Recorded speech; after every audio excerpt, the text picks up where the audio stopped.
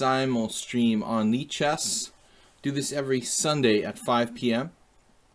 We are going to be playing 25 players from lichess simultaneously through our Twitch stream, which is Slaggy on Twitch. I'm going to take anybody who's a subscriber, of course, first. We are going to be able to play most of the players who challenge me. I think most of the regulars who want to play know the simul's taking place, and they'll be here on time. Every week I do it at 5 p.m. while I'm in the United States here in the summer, July and August. Usually I'm streaming at a different time from Europe. Alright, so we're going to create this simul here. I want to make sure my stream is up and running before I do that.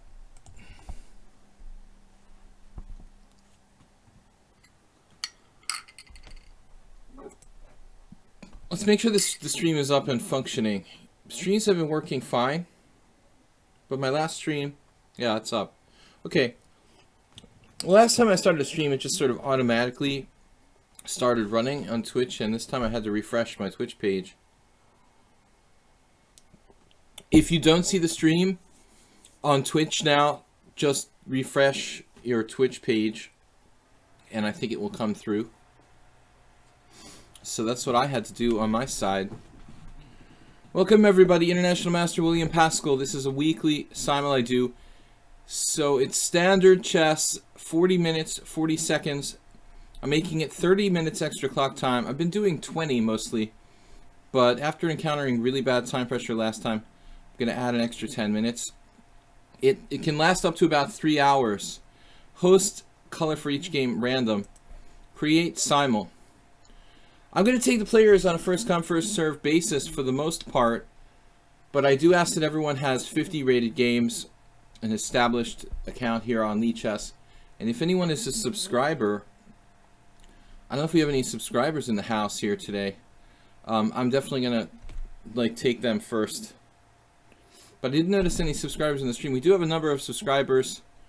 We just started subscribers like a week and a half ago, but I think we have about 10 subscribers so far. If you guys would like to support the stream, please do so by subscribing on Twitch. You can also make donations on PayPal. Also check out my YouTube channel, Video Chess Training on YouTube. So I don't see any subscribers per se. I'm going to just accept these challenges basically as long as they're players I know or just players who have 50 rated games. Lord Jesus Christ played like Lord Jesus Christ last time, although I did beat him in the interim in a blitz game, I think. Mastermind, if I remember correctly, Mastermind 14 we played before. Constant Change, long time no see. No subscribers here. Guys, gotta start subscribing. Meowazy is like going up. I don't know, dude, you're a little too high rated for the simul, Meowazy. I think I'll pass on that. I don't play players over like 24. 24 is kind of the maximum. I like how Meowazy, first he was like from Sweden and he was 23-29. Now he's like 23-89 the last time I checked. His FIDE rating like changed according to his profile. His country changed too. Miss Exeter has no rated games. Mule Skinner, Perry Ode, also known as Ananas, Soltigo PQ. I know these guys. Want to get the regulars in the stream first. I'm a Kitty. Has rated games. That's cool. Nick Ser. So I'm gonna have to decline Miss Exeter. Fuzzy Logic, unless Miss Exeter is some other. Fuzzy Logic almost qualified. Okay, this guy's Slow Adventurer. Actually, I don't like the way this works because I can never tell like who is here first. Slow Adventurer is good. Super Sebi, Wubba Dubba Lubba, Nick Sir. Nick Sir's a new account too. Miss Exeter is brand new. Fuzzy Logic, he's almost qualified. I try to avoid people trolling me by creating new accounts, just for the sake of this. Just for the sake of the simul or something like that. 13 accepted players. I'm going to go for 25. Guys, I did try something new on Twitch. I tried to make an event. Did anybody notice that? That I was doing an event on Twitch? Can you guys let me know in the stream? Listen, it's like a 3-hour simul. So if you guys want to play and you do get accepted into the simul, please don't accept or don't stay registered unless you can really hang in there for like 3 hours. If you're gonna quit after 15 minutes, then just don't enter in the first place. All right, you guys didn't see any announcement on Twitch. I tried for the first time to do an event, but Ruben Lobanov, I think we played before. All right, Miss Exeter. I don't know. Miss Exeter is playing Lance, and Lance is simul. Real Eldon Music. Are you gonna play Real Eldon? I don't think I even know what your stream your lichess handle is. He's our first subscriber that showed up today, and if he wants to play, I'm definitely gonna give him first serve rights. But I'm not sure what his handle is. The clock is 0.7 here. Good call, man. The clock. Yeah, the clock is 0.7 here. How many more players? We play until 25 players. We're planning on playing 25 players. Usually it takes about 10 minutes to get started. You've been studying today, which you mentioned to me, and now I'm 2300. I'm just creating 2300s randomly. Road to 2700 is 2401 question mark. He's 2700 bullet. Okay, that's not too weird. I'll pass on that. 2700 is a little bit too strong there with other provisional accounts. I'm also not taking the 2500 that challenged me. I think we're going to keep the limit at 2400. Alright, I'm going to add the rest of these guys. Miss dropped out because she had... No, she's still there. Alright, anyway, Zappala. If you're in that much of a hurry, because this simul could start, this can last about 3 hours, then probably you shouldn't play in the first place. Whoever said 7 minutes. Mule Skinner, are you in the list? Yeah. Alright, Nixer doesn't have enough games. Zappala is cool. Spinoza, you're in. I Am Determined. I Am Determined played... He played like a master last time, but he's 1200. He's not best at chess. He just likes to watch. Okay, cool. He just made a lichess account yesterday. I'm aiming for 25 players. If we don't get 25 players, I know that Lance decided to do a simul at exactly the same time as me, which is like whatever. Or like an hour ago. I guess he started one. So that probably sort of took away some of our usual players. Lance 5500. But I can't control when other people are going to do simuls. I don't think he did it intentionally at my usual time. I don't think he even thought about it, most likely. Alright, Crocus, I'm going to accept them. If we get the rest of these players in there, let's give everybody like 2 more minutes to show up. Lance has been doing simuls all day, every day for the past few days. Something personal, I'm sure. Check then, mate. Alright, check then, mate. We've got just enough games or not? Yeah, alright. You're in. Alright, maybe I'll just take the rest of these guys anyway. Miss Exeter. I just hope Miss Exeter is not like a master. Secretly. Rated 1500. Alright, this dude is definitely a brand new account. No, he's got... Ninjala's got enough. Clash Kid, alright. Another subscriber. Wouldn't want to miss Clash Kid. Thank you for entering in time, Clash Kid. We almost missed you. And it's 10-0, so I'm going to just like take these guys anyway. Fuzzy Logic. You've got almost enough games. And 2 more. We're going to get started. Russian GM. He's just a really strong blitz player. I mean, I don't know what his actual rating is. But anyway. I was going to do 25 players. This guy is correspondence 2200. Yikes. Why is his correspondence rating is So high, that's pretty high, dude. Alright, I'm an old member of the family. Old member of new family. Gonna be able to do without my towel. It's a total weather change here. The humidity dropped. No need for a wife beater and a towel. Alright, 24 players. Last chance, guys. The neighbors are getting, the villagers are getting restless. And we're gonna start, dude. Toadovsky. Toad of Sky. Great, 25 players. Let's start it. I'm gonna try to play as fast as I can, not to get in time pressure.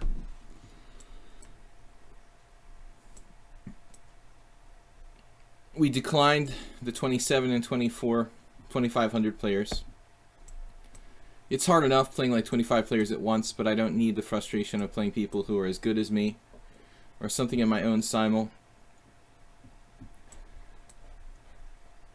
Meowsy, that guy was like, he played 2 virtually flawless games against me. I don't know about him. Miss Exeter, new account. Periode, not a new account. We've played many games. I like when I play people and I get to know them, you know, as a player. I am determined played like a really good game last time. PQLLD, he's tough. Very tough player. Soltigo, did you play Knight H3? Because I did do that once in a tournament game. Alright. I am a kitty. I hope you are. Constant change. Long time no see. I guess the stream time is hard for you. I don't know. Toad of Sky. Toadovsky. Alright, we'll try a modern defense against D4. This guy is scary because he's 2200 in correspondence chess. Alright, I did play this once, so I can't be too critical of Soltigo. I played this against old Horvath, who's like an IM strength player in Hungary, and I was very lucky to draw. I was feeling a little optimistic that day that I played one Knight H3. I may have had a drink or alcohol before that morning game. At that time, that was a few years ago when I wasn't really playing chess much. I was kind of messing around. And my team was just like in a terrible state. They were being relegated and it just didn't really matter, so I just played some games with some random openings. But I normally wouldn't play like 2, or rather 1 Knight H3 in a serious game. There was a special circumstance. Toadovsky, what's that? The music, Dan, you're Toadovsky? Is that what you're trying to say? Fuzzy Logic played Knight F3. Could be the London system. Check that mate. I decided to mess around with the move order there. I'm a kitty. We'll play our usual. Can you sing? Not really well. When I was a kid, I was alright. Now it's not something I would want to do on the stream. I mean, if we're talking about a large donation, I might think about it. You guys, please subscribe, and also go to my YouTube channel, Video Chess Training, and subscribe and like over there. I played Knight C3 against Lord Jesus Christ. I didn't even realize it. That is crazy. Alright, I don't know what came over me to play Knight C3 in that game. Maybe I was having momentary dyslexia or something. Okay, Knight H3, it's not that bad a move, to be honest with you. I mean, Knight C3, excuse me. Yeah, Knight H3 is relatively bad. Knight C3 is not that bad of a move. Alright, I played some Kings Indians. This guy is almost provisional. Clash Kid is a tough player. I'm going to play the Petrov against him. He says he's a solid player. I say he's a maniac. No, he's not a maniac, but he plays really dynamically, and it's always like a complicated game against him. Bronx Defense, what's up, man? Long time no see. Maybe you didn't know about our new stream time here from the US of A. I'm awful at singing. The only reason that I do is for comedic effect. Yep, I think I might need to do that. I might need to try that myself. Alright, against Periode I'm playing the Catalan type of opening, which is His favorite thing, actually. I am stateside now. Massachusetts. Alright, Queen's Gambit accepted. We are trying to not get in time pressure. Last time I got in pretty bad time pressure. It affected a lot of my games. I had a pretty crappy score overall last Sunday. This time, I added 10 extra minutes for myself. Good, because I started going to bed earlier. Alright. What am I doing here? E5. Try to play classically there. Lord Jesus Christ. Trying to take Lord Jesus Christ a little bit out of his normal book. He just walloped me last time. King's Indian attack against D Monolith. We're going to castle wait developments there. I'm a kitty. Actually, I should play D4. Going to the reverse Grunfeld. Peri Ode is a little different. That's a Catalan. Guys, welcome to my stream. Clash Kid, man, plays knight c3. He doesn't go into the Petrov. Toad of Sky. Yeah, knight f3. It's going to usually like result in transposing to the King's Indian defense. Seems as the Tau has been sacrificed. It's not so hot now. Is the Boylston Chess Club in Cambridge or Boston? It was always in Boston originally, but unfortunately, after my around the time when I left, actually, they moved. They had to move. The YWCA building in Boston basically got really greedy and started raising the rents and stuff. So, actually, I noticed, I was in Boston recently and I noticed they had built some kind of hotel or added a hotel in what is the YWCA building in Boston. So I don't know what they're up to, but it's not what it used to be. It is in Cambridge now. The Boylston Chess Club, the so-called Boylston Chess Club. Longtime Boston Chess Club. Belongs in Boston, but unfortunately it's in Cambridge because it's just really difficult to find a central Boston location that's like the rent is not out of control. They should have like bought a place years ago when before the rents had gotten out of control with some benefactor or something, but that's the way it goes. You know, like the Marshall Chess Club probably in Manhattan probably owns its own, and Greenwich Village probably owns the building. That's the way to go. You don't want to be paying rent. Alright, I'm going to play f6 against Soltigo. And here against check then mate, there are more than one ways to play this type of position. I usually play e3. Let's play knight f3 here.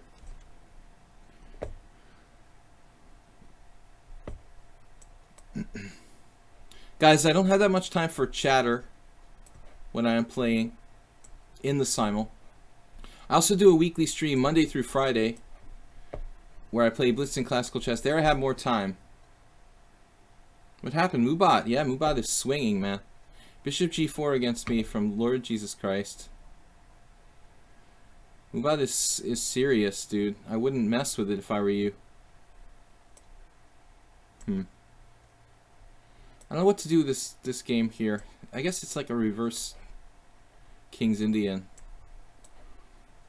I saw you timed out, Mubat. I mean, Mubat. Bronx Defense, and I thought that one of our moderators must have been in the house. Uh-oh, e5 from Zapala. Now, I don't know what the deal is with that. Am I supposed to do something crazy like Queen b3? Or am I supposed to just let you live? I mean, Queen b3, Knight h6 doesn't look all that bad for black, so... Okay, we can also play Knight f3. I suppose that's kind of the most dynamic move. Not too many Sicilians here. PQ. Fuzzy logic with the bishop on c4. Here we go. Peri Ode. I hope I'm pronouncing that correctly. Otherwise known as Ananas, is a solid player. Super Sebi. I feel like we've been here before, man. We'll try to get into some kind of mainline position. Now Clash Kid played d3, so it's like a reverse. It looks like a reverse Steinitz defense. Something to that effect. Wubba dubba lubba. Played really well last week. It was a crazy game last time. Alright, against Slow Adventurer, he looks pretty good. 2068. The Leningrad. Oh man, I am not really that well prepared against the Leningrad. As for this game, alright, we'll castle then wait and see what happens. Okay, Constant Change plays into my analysis on my YouTube channel of an English opening variation. Haven't had too many chances to play that, honestly. Framingham. You should come say hi at the Metro West Chess Club in Natick. Says HTPFO. Yeah, I mean, I'm not that close. I've got to drive all the way up. I'm down in southeast part of the state. If I was in the Boston area, I would come out to the Metro West Chess Club for sure, but I'm not that close. I'm closer to Providence, Rhode Island right now. Alright, knight takes b5, b4, b5. Alekhine's defense. Crocus played knight f3, which I guess is actually pretty much like a main line. Alright. I don't play the Alekhine's defense very often. I'm a kid, he played bishop g4. This was played against me by a Chinese guy in a tournament, I think, in Budapest, like probably almost 10 years ago, and I had a tremendous position and lost. I'm not sure if this was the exact position, or he had played knight f6 first and I had castled when he played bishop g4. I can't actually quite remember. Let's castle play dynamically here. Not the only possibility, Periode. Periode. We can transpose to the Catalan. We can play queen c2, just kind of hang out, play b3. Mastermind is like going for it against me. Our only Sicilian thus far. Alright, we played an e6 in our last Blitz stream, and I think I'm going to play another Scheveningen just for variation. D monolith. Play d takes c4. That is a line, I don't know it really well. Nitsuya. He's got only correspondence rating. Wow. 92, this is a variation that I have played myself. Alright, we'll go with rook e8. And the Leningrad Nimzo. Queen f3 from Spinoza. It's too hard to say. La Spinoziste. It's possible to play just c6 here, among other things. e6 is probably like the theoretical move. Alright, I guess we'll play e6. I've got to play d4 against check that mate. Interesting variation there. And then Arcan copies, not copies, this is a very trendy move, but I haven't had too many of those. Okay, quiet. Lopez, normal Lopez, Timmy. Oh no. Okay, I just like realized I'm playing some sort of gambit. I'm playing a gambit. I hadn't really intended on playing a gambit here. Pawn takes f2. Okay, let's go crazy against Zappala. This is Muleskinner. This is a game I had the other day. I did a video on this game I played with a guy on my YouTube channel, which I added recently. We'll play the Grob. Pseudo Grob. Mubat isn't messing around, dude. He can snap at any moment. Be careful, Bronx defense. Alright, Amakitty is playing here basically a sharp line, but like a tempo down. Okay, so now pawn takes f2 check. I've got all this development. Am I supposed to take with a rook and allow bishop c5? I feel like it would be better just to play king h1 and take my chances. And then this variation where I think I'm supposed to play knight b5, but now I can't remember. Have I gone wrong, perhaps? We had a game like this once long ago. on the stream. Against Timmy, h3. One of our first like classical Roy Lopez games in a long time. Okay, fuzzy logic. Bishop takes f2. Constant change is actually playing a variation. I did some analysis on my YouTube channel. I just said that, but for those of you who didn't catch it the first time, I'm going to throw it out there a second time. Against Periode, I guess this is a classic position. Now this one, maybe bishop g4. What am I supposed to do here? Bishop g4 followed by e5 or something? Takes. Mainline Alekhine's defense a la Bagirov. Whenever I say Bagirov, I feel like I'm saying Bagheera from the Jungle Book. I have the old Bagirov Alekhine's defense book in the other room. Here, this is a variation I discussed on my YouTube channel some months ago. I analyzed this quite a bit, but now it's not really fresh in my mind. D4 is an interesting move. It hasn't been refuted outright, but I think E4 is still the main line. Okay, so bishop f5 from I'm a Kitty. You know, while this may be playable, looks like black lost a little bit of time. So we take on c6. I mean, I can't allow black to take on d4, can I? We take on c6 and play c4 there with dynamic chances. Okay, Mule Skinner. Against the guy in my YouTube video the other day, I did knight h6. A candidate master here on lichess. I did a blitz game, analyzed it, put it on the YouTube channel. I'm going to be doing that, you know, basically some faster like videos where I'm gonna, you know, just play like a game or two and just post some, rather than like long videos all the time, post some smaller videos, shorter videos, because I think people kind of like that. I'm gonna play knight f6 for something different, just in case Mule Skinner saw that video. Now against fuzzy logic, I'm not really sure what I'm supposed to do here. I'm kind of used to playing this sort of setup with colors reversed. A6 is interesting. I might have E5, but E5 drops a pawn, I think. You never know. E6 with the idea of queen E7, actually pretty standard. So Clash Kid, if I take on E4, you take on E5. So I guess I'll just play this and transpose to like a normal kind of Steinitz. Okay, against Periode, I could take on d5. I don't know which way he would take back in that case. I guess I'm supposed to play like e3 here. E3. I'm not that up on this ready or reti. Now bishop f4 is kind of a weird move from Crocus. That actually looks suspicious. I can take on e5 here. b3, Super Sebi. Also a slightly strange move, I would say. And then b6, that looks very natural. That is not strange. And then we've got what looks like a normal isolated queen pawn position. You post cover song moment of favorite song. Will post cover song moment of favorite song. Alright, be careful, guys.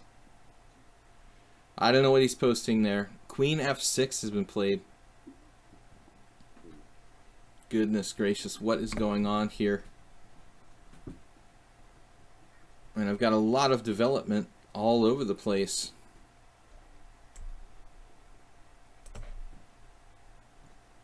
Knight h3. That is definitely a new one for me. The move order by this player is a bit unusual. Bishop c4, knight takes d5, queen f3 right away.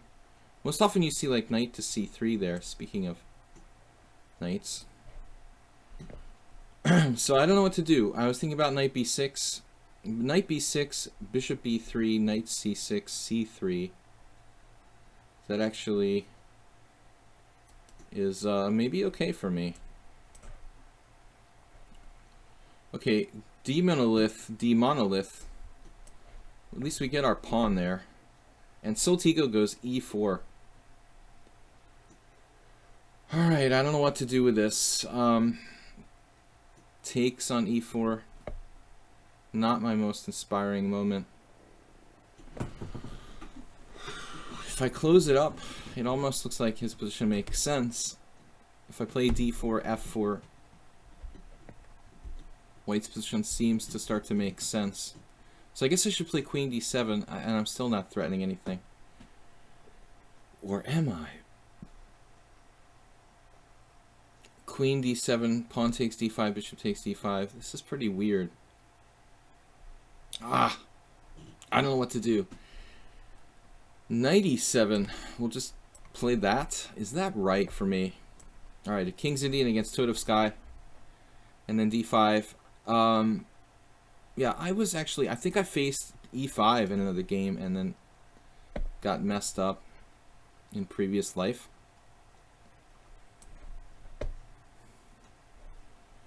Okay, bishop f4 is out. We have to take on d5 or d4. If we take on d5, I think this is like main line probably. Bishop c4, we win a pawn, it looks like. No. Miss Exeter can play a bailout move that transposes to a... Does that transpose to a... Could that possibly transpose to a kind of c3 Sicilian? Alright. Timmy 08. We'll just play into the main line. I don't know the theory that well in the Chigorin variation. Bishop d6. Interesting. Peert's reversed. Knight h6 now. Okay, we've got to bring the hammer down on Zapala here. He's really getting frisky, but he is protecting f7. Bishop g5. Bishop takes h6. Got all sorts of nasty looking threats all over the place. Okay, c3, that's a nice quiet move. I can play c5 against fuzzy logic, or e6 followed by queen e7, which is kind of my favorite theme. This true Alekhines defense, castles, and I think we're still in a main line situation here. PQ LLD, it's very odd that he would play the exact same move I faced the other day. It's a totally rare move. Queen e1. I've probably been here before against Muleskinner. He might get a Raging Kingside attack. We shall see. Standard Réti. Réti Ricard e5 looks like it's probably necessary in this game. e5 fe de d5. Or e5 de de. Interesting position against Mastermind. Very complicated. Thanks for giving up that white square bishop, Lord Jesus Christ. I don't know what happens if you keep the tension there. In this one, I am determined. Exchanged pawns on e5. That's usually pretty harmless. This is an unusual move, d4. I don't know what to make of it. Knight e4, I guess. Certainly provocative and interesting. And then in this game, it's been a while since I played this line. I think the d6 is normal. No mods today. Yeah, I don't know. We're missing... Should I play bishop d7 here? d5. I don't know if I want to allow d5. We'll transpose to the c3 Sicilian against Miss Exeter. I know that's like a standard position, so at least it may not be the best move, but it's certainly not bad. Zapala allowed devastating attack. It's better to play a bad position that you know, or any kind of position that you know and you feel a little comfortable than probably no position at all.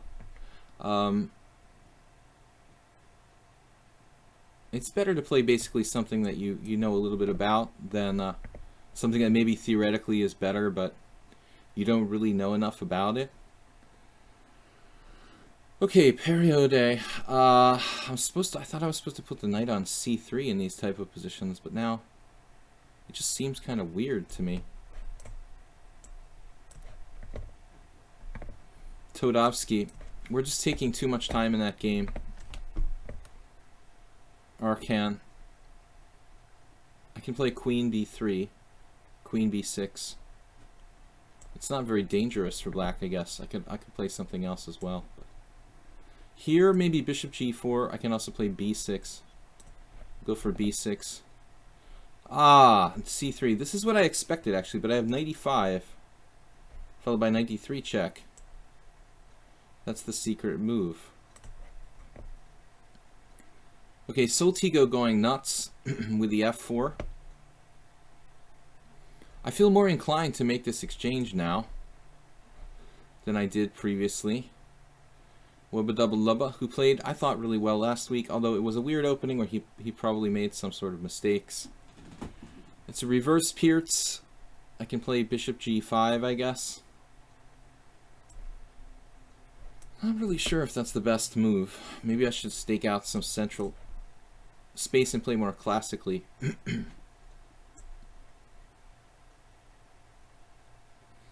Which rook am I supposed to use here? Rook fd1, rook ad1.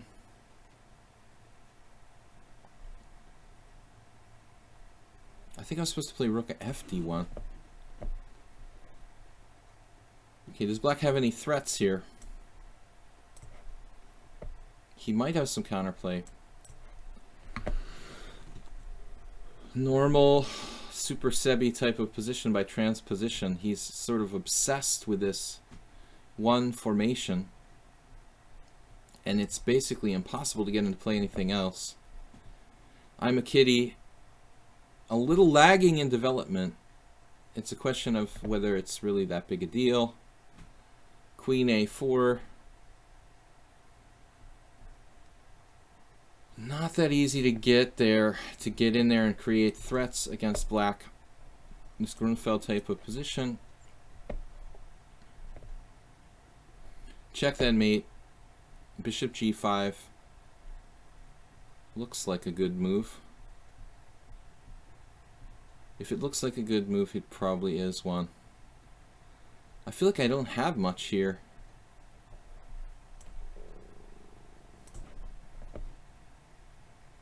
Okay, Mule Skinner with the classic formation. Now what am I supposed to do? Don't ask me, because I sure as heck don't know. Knight e8 is interesting. I feel like I'm just walking into his usual attack by not playing knight h6 as I did in other games. Knight e8 is interesting. The idea of f5, can I get away with that? Okay, constant change play d6. The most common move is actually c5 there. So I feel like here I get a good game by playing d4. We should get at least a pretty good game there. Guys, thank you for joining me here.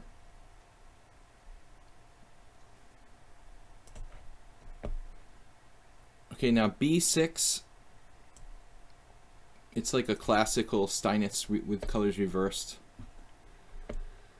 Rook a c1. All the pieces are in their preferred positions. This is still book, I think, against Slow Adventurer.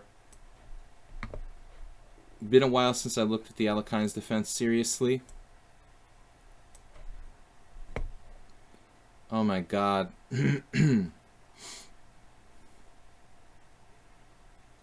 Wow. Knight b4, queen takes b7. Knight takes c2 check, king d1. Does that seriously work? See, the thing is he has a trick, rook b8 first. So I have to play like king d1 now. This is really not what I had intended to play.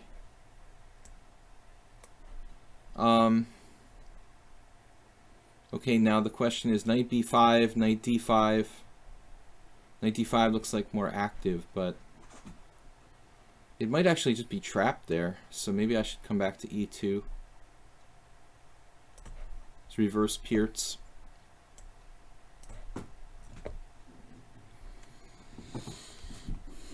Last week I had no easy games, and it made it really difficult. I wonder in this one, should I play d4? A delayed d4 is looking like a really interesting idea. Grabbing the rook here. I've got takes on b7 as well. Takes on d7 check. Any kind of mates. Rook takes d7. It's very tempting, but how can I attack d7 again? Queen d3. Queen d3. Looks awkward. Almost impossible for black to actually defend against that. Mastermind. There are going to be instances of queen a4 check, probably. Some sort of positions here. Todovsky and I wasted a lot of time playing basically the main line. King's Indian, using half an hour. Constant change. Now, I don't remember our game where we're at. Constant change.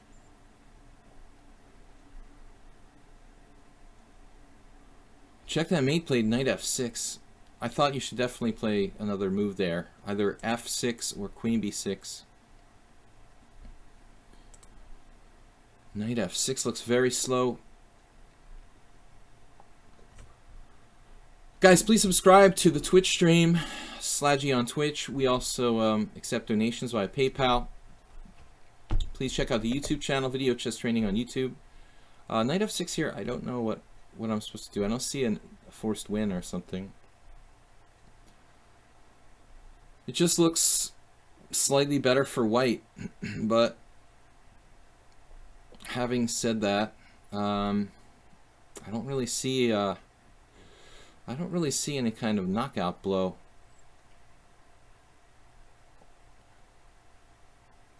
Knight f6, unexpected defensive resource.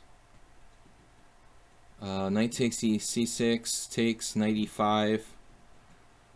Bishop takes g2.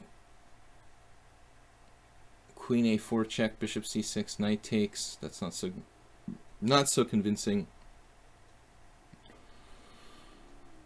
Oh man, I don't know what to do. All right, let's just develop a piece. Mainline Alekhine's defense. Alyakhin. All right, knight to c3.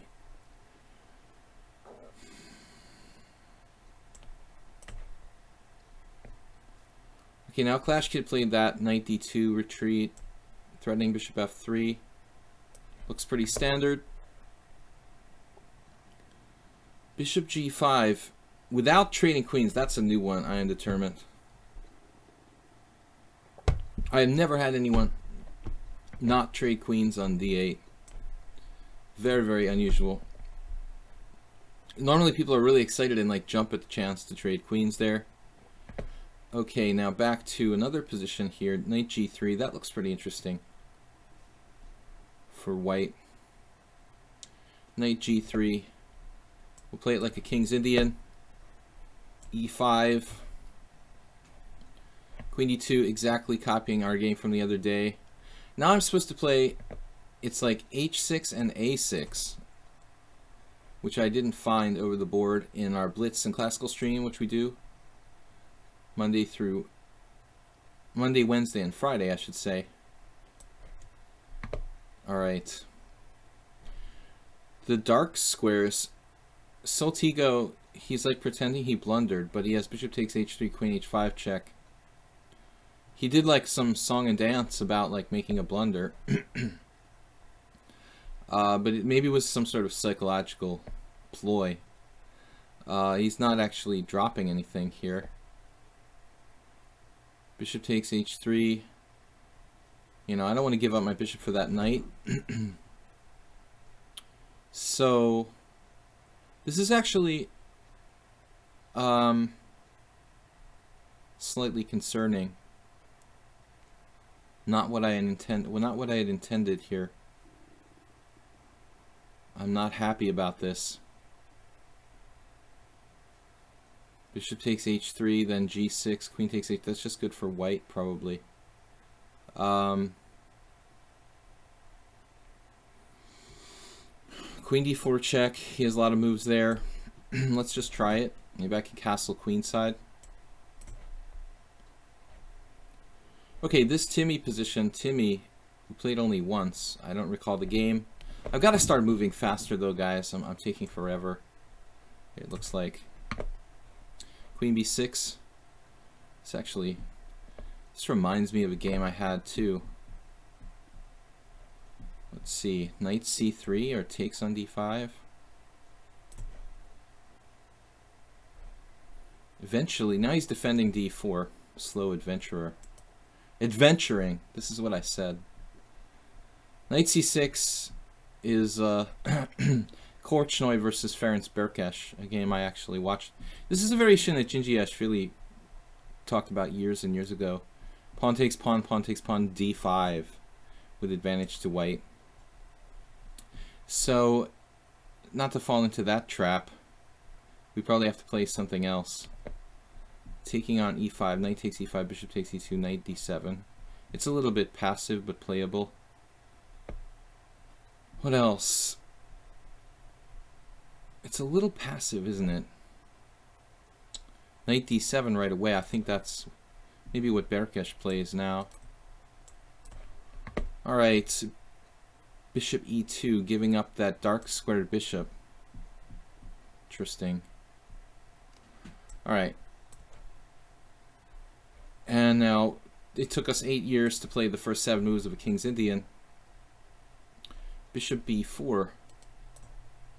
Threatening to double his pawns. Well, I mean, what happens there at the end of the day?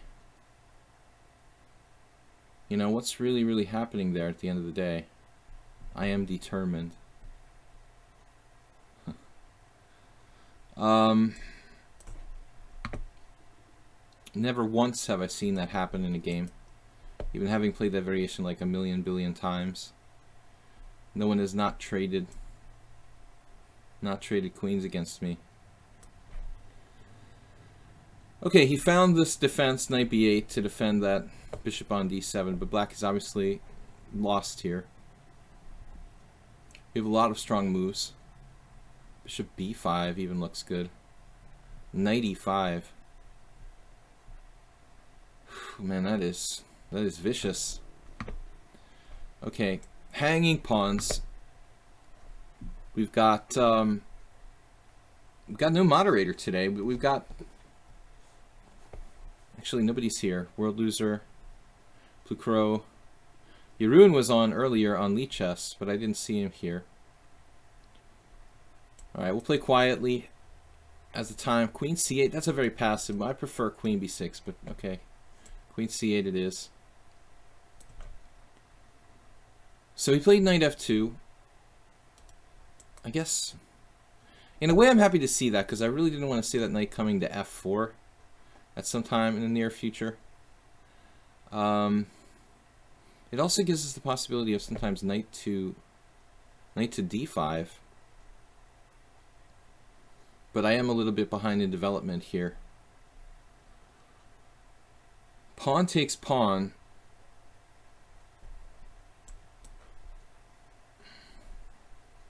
Queen d7 or queen d6? We have to go to d7 here.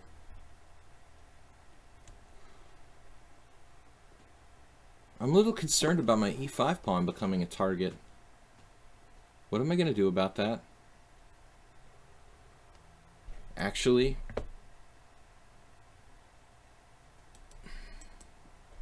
alright, I'll play rook b8 if I have to, I guess. a5 on the queen side. There it is. So this is very King's Indian-ish. Perhaps I should play for c3 though. It's kind of a tough call. This is a far more natural move on the king's side. And then check, then mate played e5, which is like I can breathe a sigh of relief That pawn should fall. Knight c3. We have queen h4 ideas. Take, queen h4 check. And then what? Well, I guess in the spirit of keeping it simple. Okay, so Paschall has queen takes c7. Now, I'm not sure if I missed this move entirely or just like dismissed it because he drops a queen. But how many pieces is he actually going to get? Knight takes, bishop takes, king takes, bishop takes. Only 2 pieces for the queen, which isn't really enough. And then I'm a kitty, playing basically a variation that's sort of supposed to be played with another move. I think we have knight to c3 here, with dynamics in our favor. Tudovsky goes into kind of a mainline Petrosian system, and other developments here. Yawn. Taking on d5. I think I should wait on that probably. Okay, so the interesting hanging pawn position actually had a similar game against the Belgian guy at Zalakaros 2 months ago. Sorry about playing theory slowly. Twitch Internet Chess, last time you played Timmy, it was a great game where you declined to draw down a pawn in the rook in game. I forgot about that. Good memory, man. So we got the hanging pawns here. My queen is actually exposed. Your play is very similar to my game against Belgian master guy, who I forgot his name, who strangely dropped out of the Zalakaros tournament. He sort of disappeared in like round 7 or something with like a normal result. Alright, what do we do though? Here we are. I want to play d5. It's never working. Knight b5 type tricks aren't there. I mean, I could play knight b5, but it's like he just moves his queen. There was knight e5 in said game with Belgian guy. But this fact that he's controlled, that's the difference in the Belgian guy game and the game here. I was black and I didn't have b5 controlled, and it just caused me no end of problems. In this situation, nothing I can really do that looks especially great. Sort of like all my pieces are developed. Now what do I do? I don't see it. I just don't see what I'm supposed to do here. Frustrating, and rather tedious. We could play d5. He doesn't have a discovery that like crushes me or something, but I really don't know what to do. Knight e4. That's not good. Man, what do I do? There's like no move in this position. It's so strange. Literally no move. h3. That looks ridiculous to play h3. God, I don't know what to do. Seriously. This is so strange. Alright. I took an f4. He played c3. We're going to go back.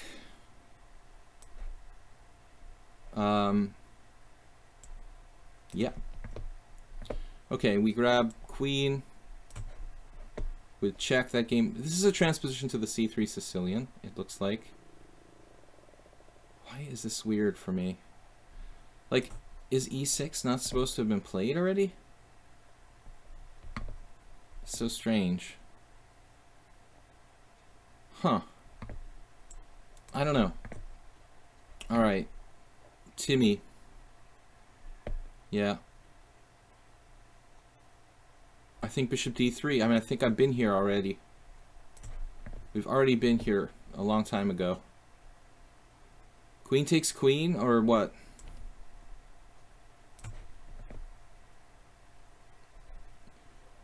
Okay, h3. It's a universal move in these positions.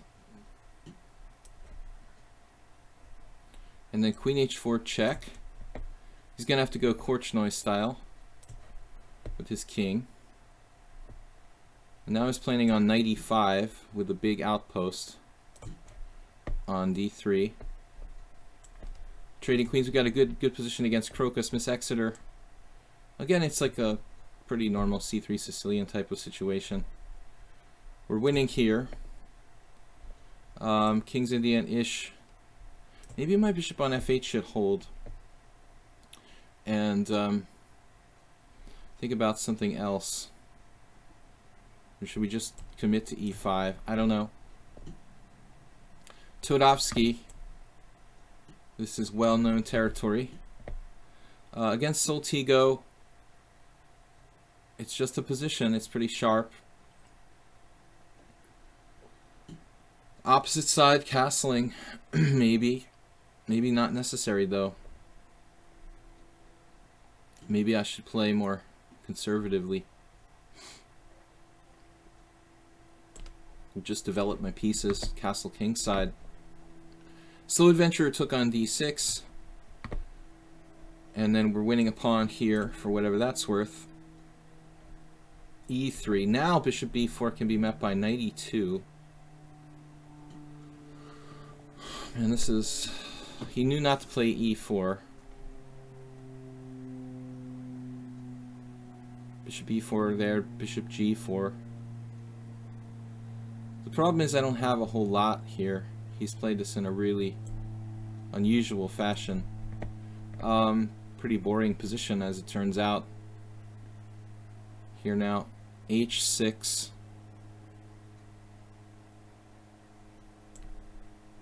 We want to overprotect our center.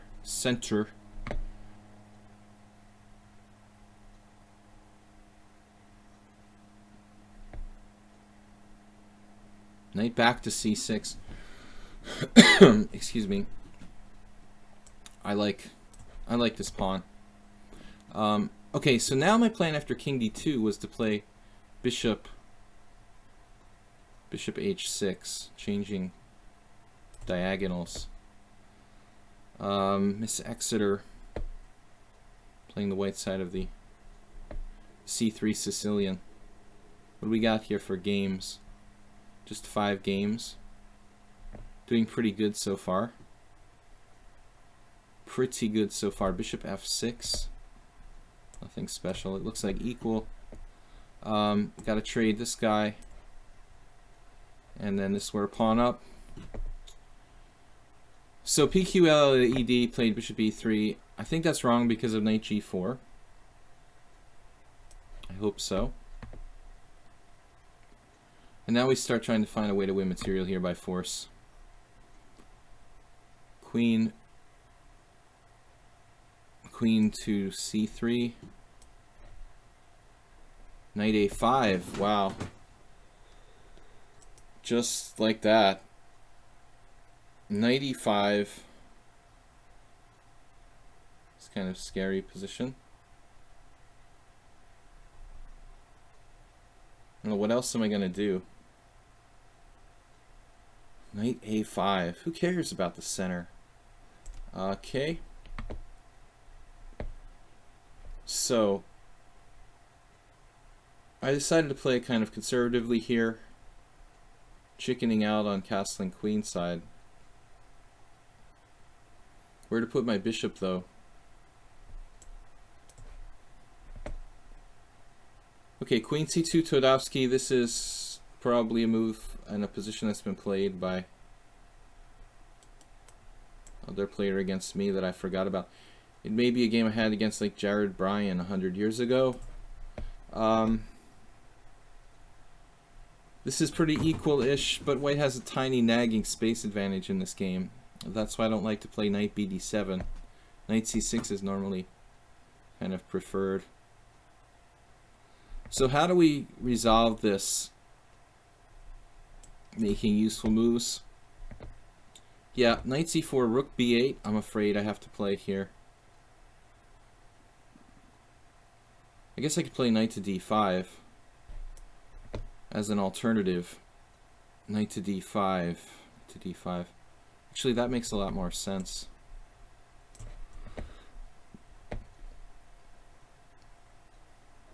b4. This really should be over. Bishop g4.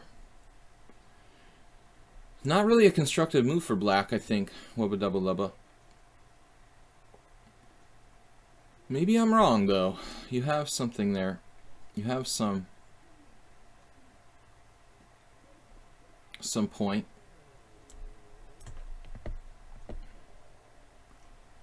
I'm up a pawn here, but still not so easy to convert it to a win. Check, then mate.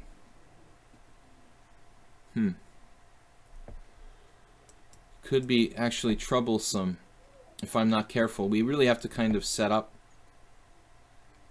a solid defense. Maybe I'll give up my bishop, play knight d3. And it looks too passive, though.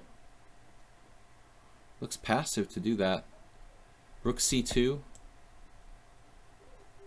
First off. Yeah, I'm so happy to get the queens off against Lord Jesus Christ. That's not really what he wanted to do, you know, trade queens in that position.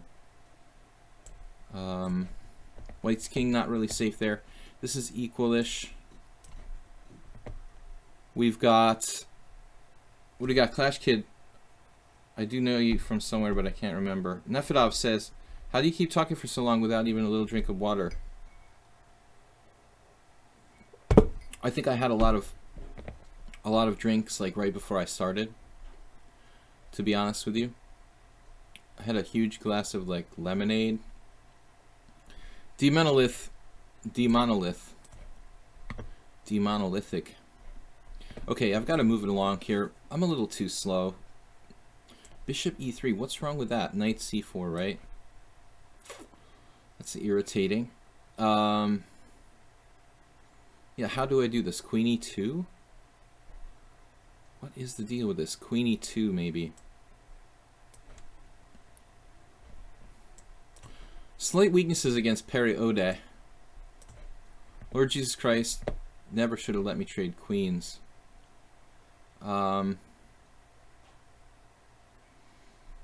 There's a tactic. Looking for tactics. Miss Exeter. Alright, we go into Karpov mode. Alright, I Am Determined last time played like a really good game. Here we go again.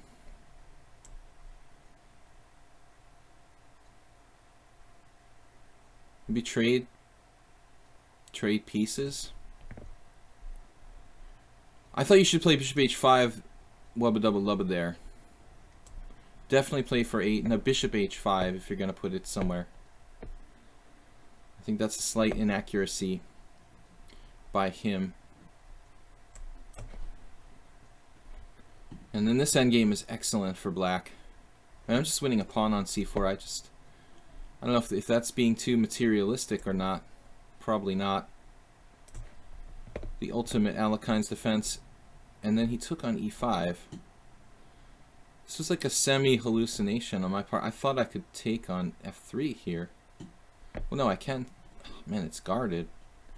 I definitely had a mild hallucination, mild hallucinogenic here. I don't know what I thought, but he's not losing material. Bishop b2 from Clash Kid. You know, thinking like his bishop is going to be good that direction. I would prefer it on d2, though. I don't know why he prefers it his way. He could have future pressure on the pawn on e5. Welcome everybody. Thanks for joining me here for my stream. Black played bishop e6 now. Forcing my hand apart with our piece there. Okay, so bishop e5 check. You know, unlike, I mean, Tony Miles and the Dragon, you know, you wouldn't mind playing king f8. This is certainly a playable move for black. But it doesn't seem necessary, right? I mean, knight d7. Knight d7, bishop f4, e5. There's no tactic here for white. So, okay, we've got to play a little faster. Bishop d7 or c5, striking at the center. I think I prefer just developing this piece. Grabbing another piece there. It's almost mate. Is it mate? Should be looking for mate, but I want a little more material. And against Lord Jesus Christ, I'm so happy. Just so happy to get to the end game with the bishop pair. You guys have no idea.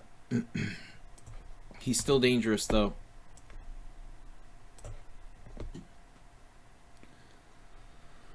Okay, Perry Ode attacking my centrum.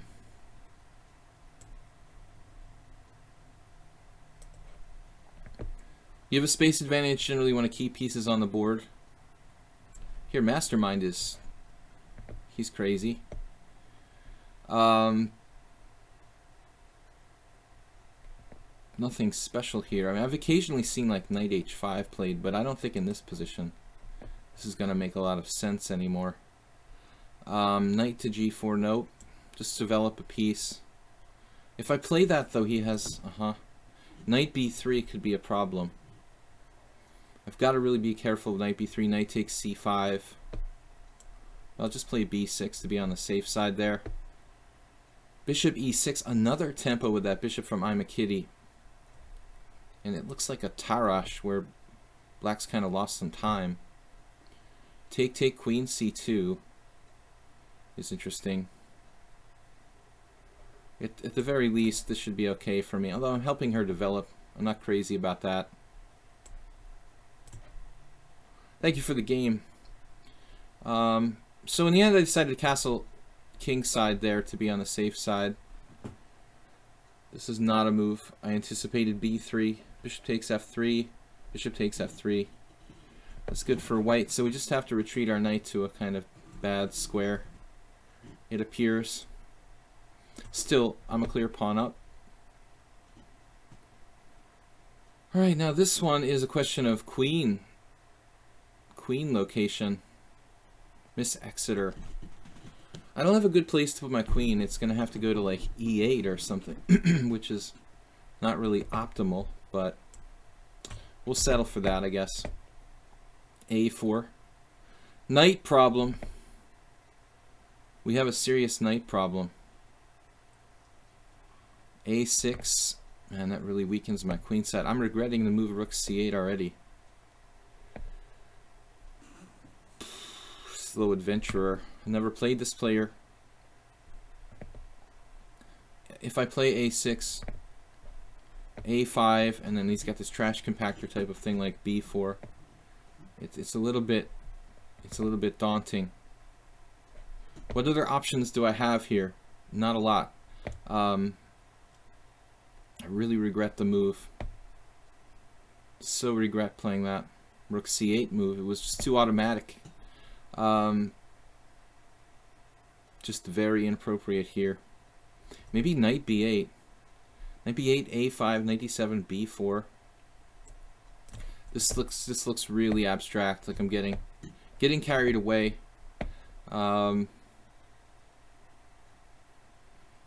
Okay, now on the king side we should have some chances, I would think. But how? Not yet.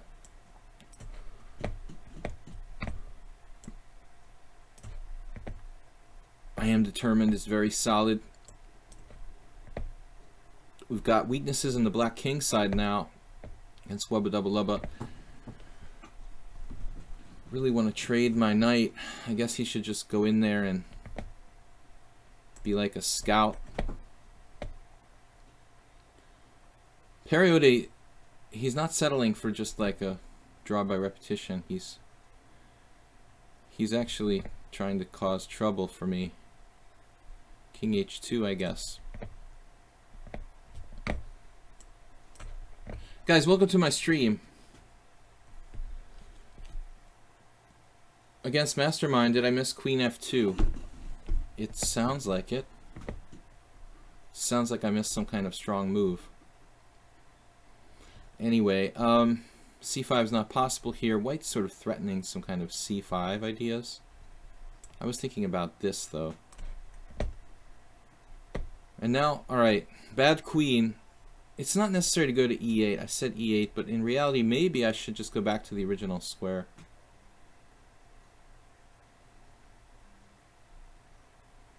Maybe I should just go back to original square.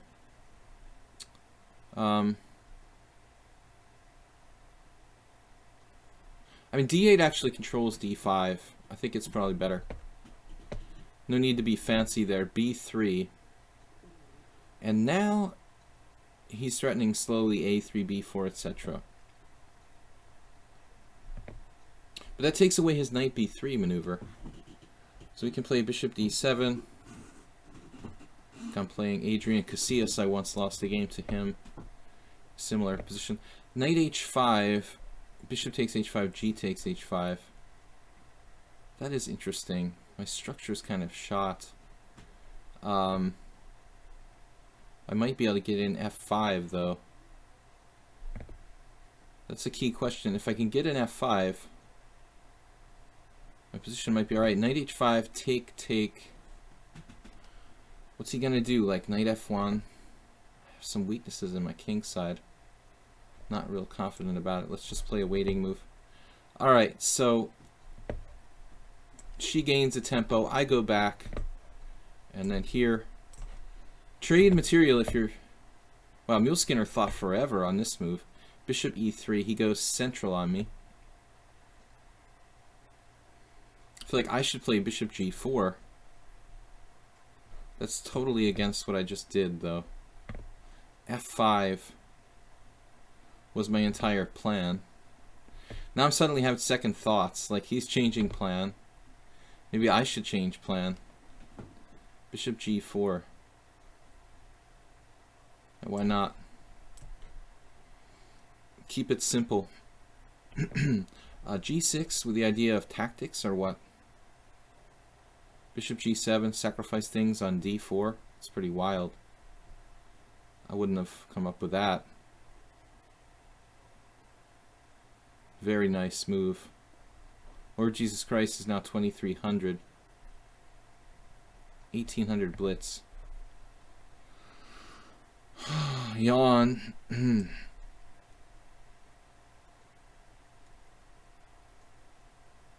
not sure about this. Okay, still will not move his knight from b8. I don't understand why Arkan is delaying this knight move for so long. Seems so strange. And then, oh, there was a queen f2 against Mastermind? What?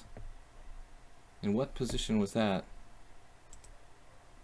Queen f2 there? Oh man, nice one. Too late for that, guys.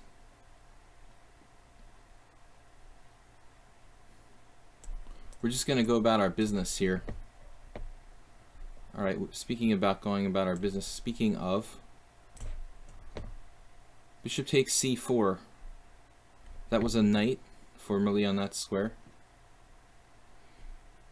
B takes or queen takes are both good.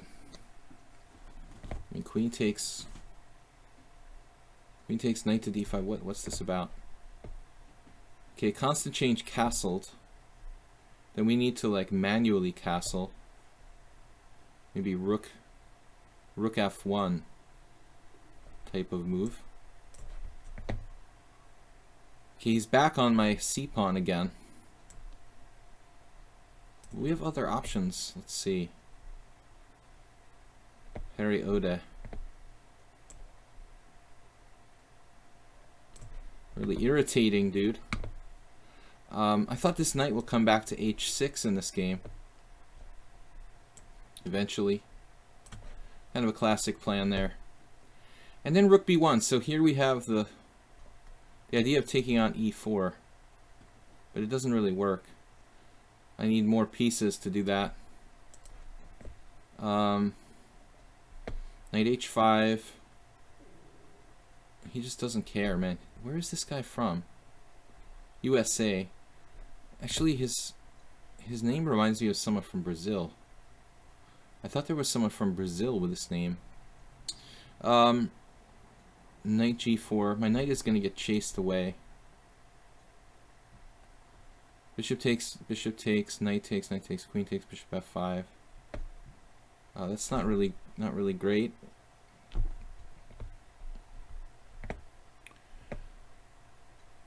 What else to do? We got to go for f5. We've got to play f5. So I guess it's 98, pretty much forced. Bishop g7, bishop g2. Knight b5, is that a threat? Is that a threat here? I don't really want to castle queenside particularly. I guess I could put my knight on d5 if that happens with relative, what? I wanted to say impunity, but I'm not sure. a4.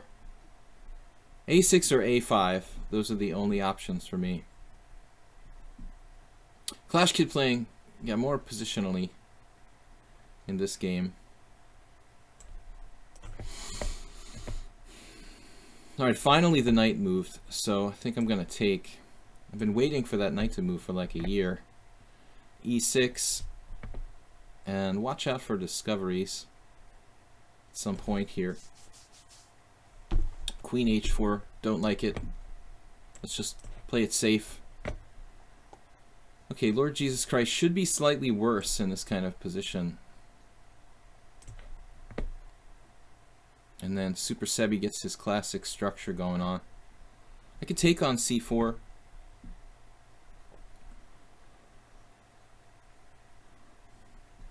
I have to give up my bishop pair to win a central pawn.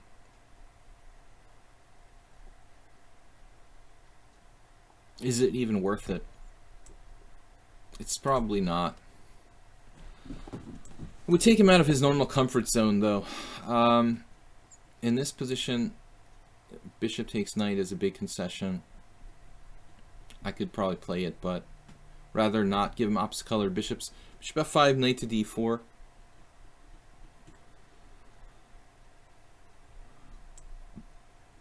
Anyway, knight to d4 could be a good move for white. Alright, trading pieces is good for me in that ending. Looks like a pretty standard position there. Mule Skinner with queen h4. I didn't think he was going to do that for some reason after bishop e3. Alright, we give up our bishop pair. Now, Periotti is just piling up on the proverbial pawn. So we have to maneuver. We're going to have to maneuver here. It looks like knight b1. Loving that. Yes, this move was part of the expectations.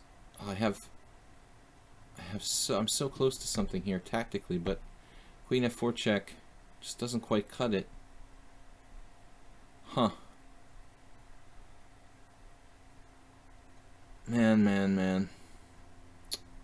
Queen f4 check, I've got nothing to do after that.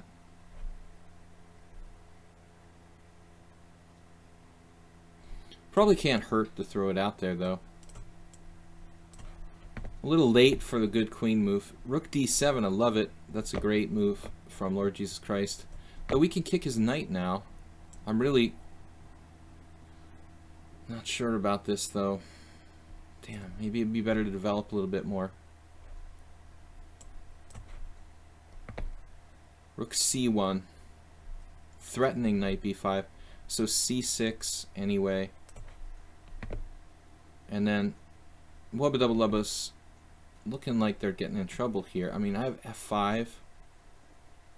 That should be good for me. Yeah, I mean, I could do f5 take with a knight. I can do a lot of things, but knight on e2 needs to get into the game. Actually, g4 looks really interesting, but he has takes on f4, getting some dark squares. It's gonna be crazy. All right, that guy's coming back. We've got a standard position here against Mule Skinner. Pretty standard position. I guess I could play f5 now. That's something we should consider. Though perhaps e6 first. There won't be a second chance, though, to play f5, will there? f5, pawn takes pawn, pawn takes pawn. Looks kind of sketchy. I feel better to get the queens off the board there. These rooks look weird. A little bit weird. Usually c8 is where the rook is going in this line. I could even play b3. That's kind of crazy. We should have some sort of attack on the king side, one would imagine, in this type of line. Knight to d5, interesting. Take, take, clearance ideas. Knight d5, take, take, pressure on e5. But it's not all that devastating, maybe. Simplifies the position a lot. Knight h4. Not really sure. Pawn takes pawn, pawn takes pawn, knight d5, take, take. That actually appeals to me a little bit more. Let's try it. Alright, this is just a great position for white. We can take our time. Bishop f1 and then f5. We get the break in. That's good. Queen c8 a la Alexander Kosteniuk. I annotated the game Yakovenko Kosteniuk a long time ago on my YouTube channel. Video chess training on YouTube. Check it out. Alexandra, no match for Dmitry. So e4 certainly looks like it's an idea. I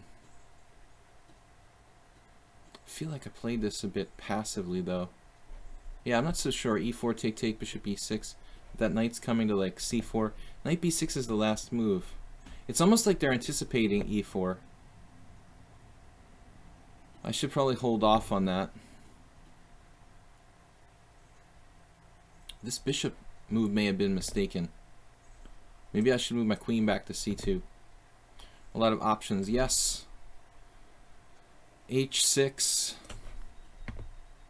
And Soltigo, I've got f5, f4. That looks really strong for black.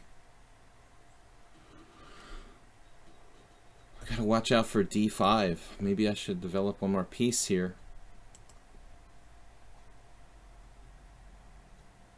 Maybe this is all kind of a farce though. f5, f4. It just feels aggressive.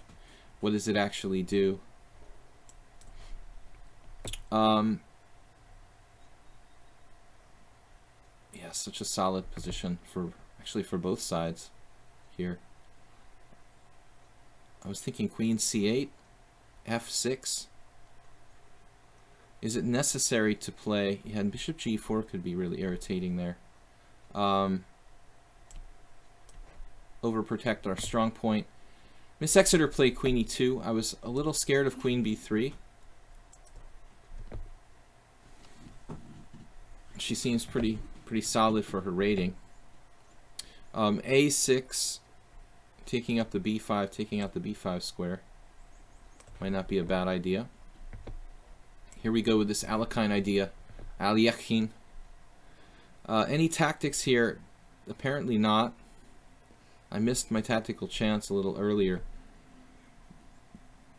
So we're just gonna have to play this ending.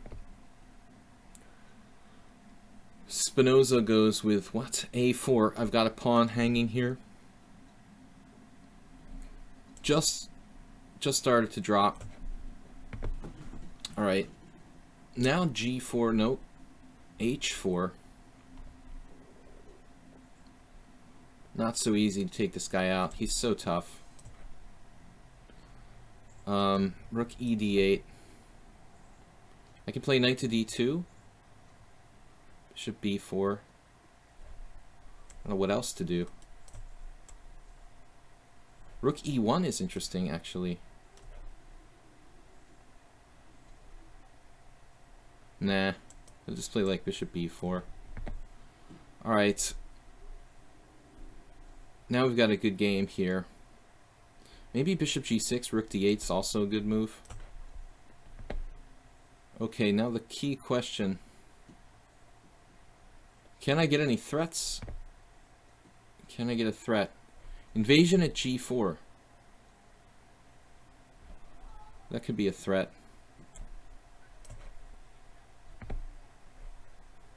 Need to open this up somehow, but how? Knight takes d5. Doesn't do anything. c6.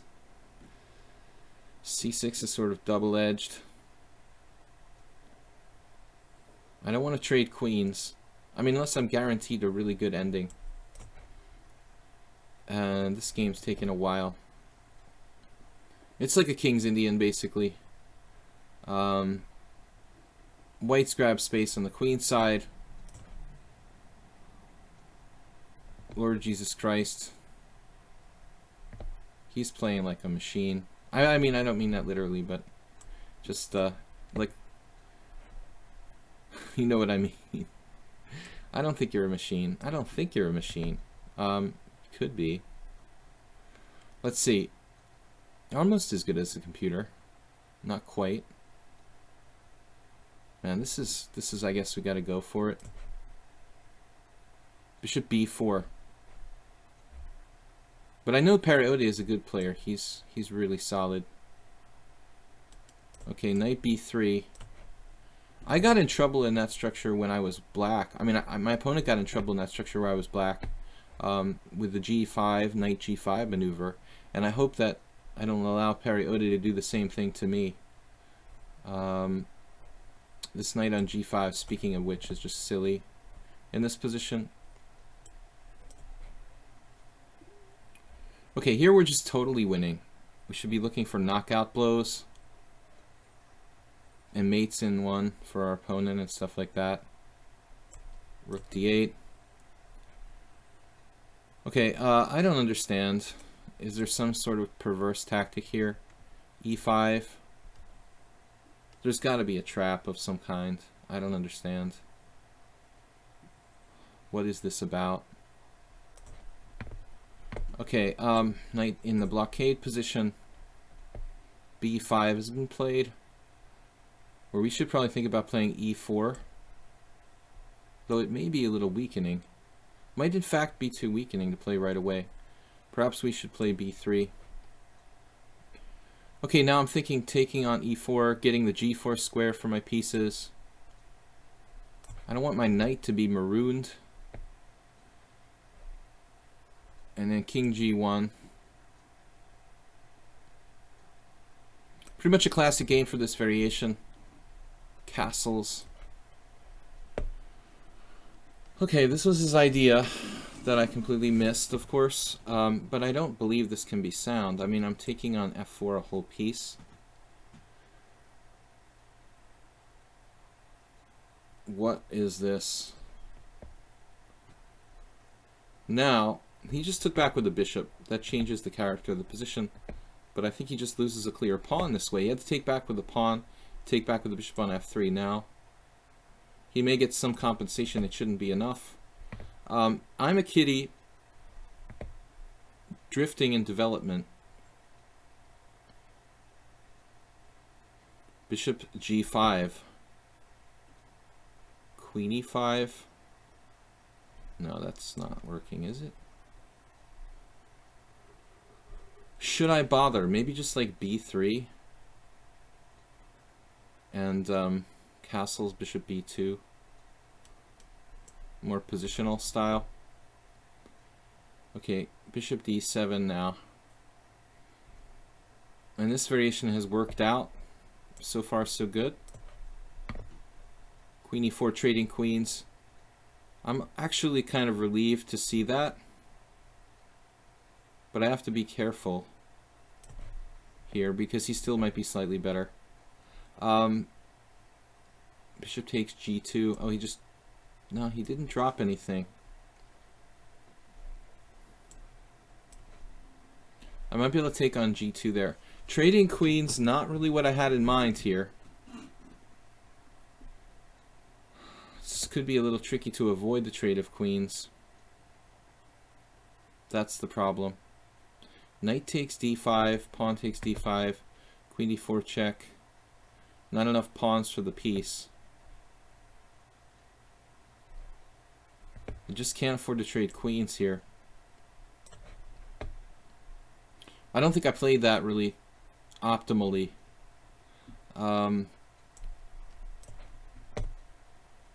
Yes, there is a check. Please don't let it be mate. Against Soltigo. Feel like we're better. So Timmy found queen d6, which I missed. This move gives up his dark squared bishop, though, which should be something of a concession. And then in the King's Indian land over here. I don't know, man. It's not really a normal King's Indian. I was thinking about h5, h4. Guess we should go for it. Knight back to a3. My one fear when I played a5 was that this square would be relevant. Maybe that will be the case. I don't know. I don't like my bishop being unprotected on b7.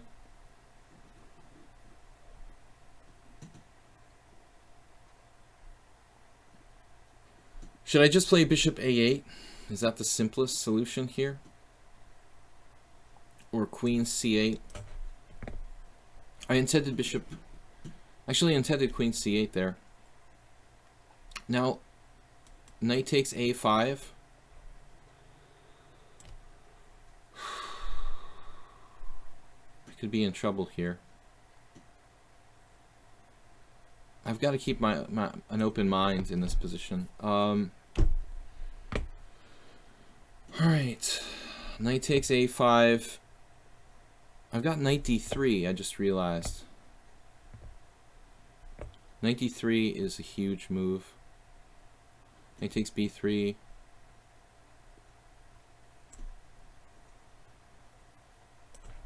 Kind of passive, though. Guys, thanks for joining me here today. International Master William Paschall. We do a simul every Sunday. PQLLED. He went totally ballistic on me with his Tal-like sacrifice. It doesn't seem quite sound. He's down quite a bit of material. Got a great knight on e5 here too.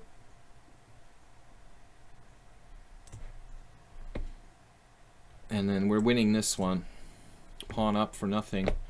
And then this game, we were thinking about the pressure on this pawn. So b3. His rooks look sort of stupid now. He avoids the exchange of queens with queen g3. I had a very similar game recently. I mean, I think f5 is good here. This is a really good endgame for me. There is this rook a6 move for black. Knight c5. Rook a6 is kind of irritating. Wait, I have check for what it's worth. This king is toast. Bishop takes g2. Bishop takes g2. Actually, bishop b4 looks really devastating. That moves this bishop away from defending against this, though. Probably I should take this first. That allows... No, he has knight f4. That's insane. Dude, does he win a piece if I do that? Bishop takes g2, knight f4. I have no way to protect my thing. Are you kidding me? Oh my god. I think that actually works. It's crazy. This bishop move is h7 is protected. Let's do it. Multiple threats. Okay, rook b8. You need to use the f file here as quickly as possible. He's trying to play a6 b5, I guess. So maybe I'll just play b3. Keep the smooth structure. Bishop h3 doesn't really worry me too much, although I don't have any advantage against Arcan. This guy's really solid. It's 2271 in bullet. Yeah, he's just ultra solid. e5, I definitely overlooked this. I don't know if it's good for white, but it's probably not bad. Let's see, b6. I didn't expect him to close that structure up.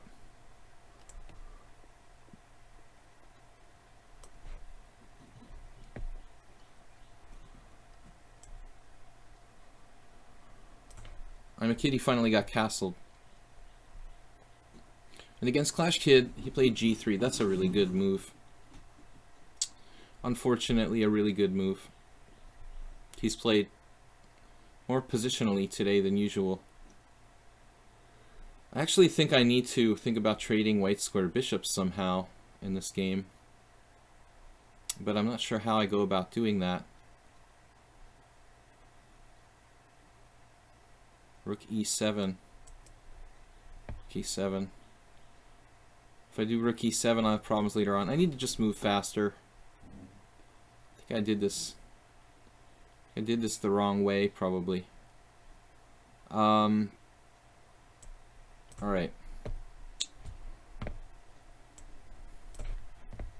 Sure about rook c1. Miss Exeter with knight e4. Such a strong knight on e5.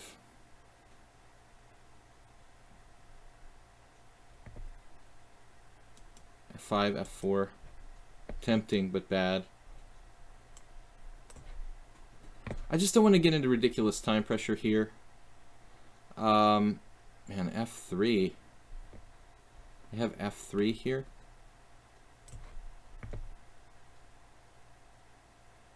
Chased his king back. But I've still got to find a way to make progress in this position. Not so easy to make progress. This really irritating defense. Let's just reset. Knight takes c4, so I just blundered a tactic. Damn. Alright. That doesn't look good. We have bishop f5. But I'm going to get rid of this bad knight on c5 that can get corralled. This bishop's just hanging, right?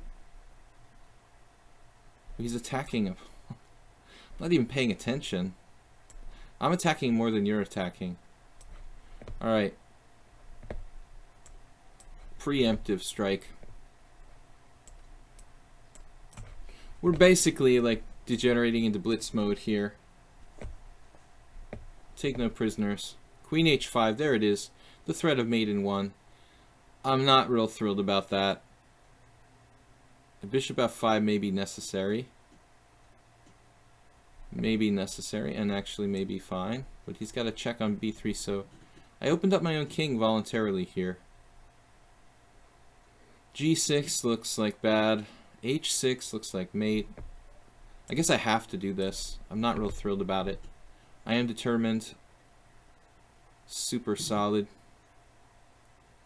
I mean, I don't understand his rating of 1200. This guy is clearly not 1200. He's much stronger than that. So we learned that we learned that last week already. I just blundered against the very strong Perry Ode, who's, by the way, underrated, pretty significantly underrated. PQLLED. He's going totally postal. But he's allowing like bishop g5 here. What is up with that? He just went totally nuts. And this one, this Exeter 1500 is, I don't know about this. This is a provisional player I let play, which I normally don't do. So maybe I'll get punished for doing that. But she seems not like 1500, a little better. We don't have much here. It's basically equal. Fixing our structure. Getting in time pressure as usual. A for d5 has been played. Now d5, I think d5 is a move that actually I don't mind. I'm happy to see a5 from check then mate, because that way he doesn't have rook a6 anymore, which is really what was driving me crazy. He forces a trade of queens here. Wow. Didn't see that one. Check. He doesn't force a trade of queens. I have queen f2. But then he has queen takes e5. That's nasty. Mastermind. This endgame is kind of hard to evaluate. Darn. That is a really nasty move. Did not see it. Queen f2. Queen takes e5. What about something like rook e8? There. I mean, I've got to imagine that this is... Oh, he's threatening queen takes h5, of course. Great. Alright, good thing I saw that. It's been a while since I played Mastermind. We're totally dead here, it looks like.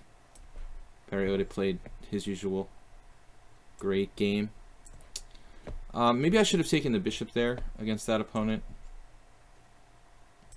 Against Mule Skinner, I think I'm slightly better. Okay, bishop h6.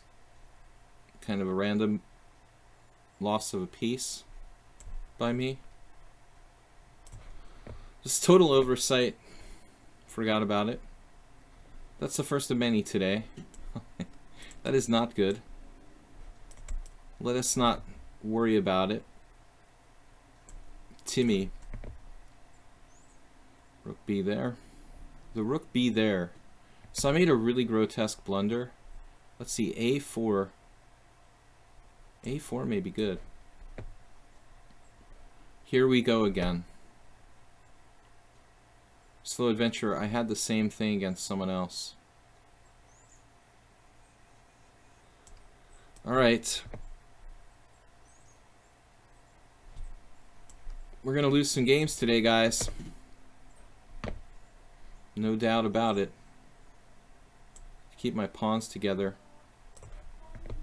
Clear pawn down here in that game. I really need to trade the white squared bishops in this game. I don't care what it takes. If I have to play knight a7, I'll do it. e4 here, or bishop g5. Actually, bishop g5 is probably not a bad move. The bishop is just pretty redundant. But e4 is okay too. Maybe this move. He's threatening d4, it looks like. This reminds me of another game I lost here. Very, very much. Like the exact same thing. We already lost the same exact game once. It's so weird. Knight g5 from Timmy. That long endgame now is really coming back to me. Can I sack in exchange? Not happening here. Knight g5. What a combative move. I don't think I should do anything fancy.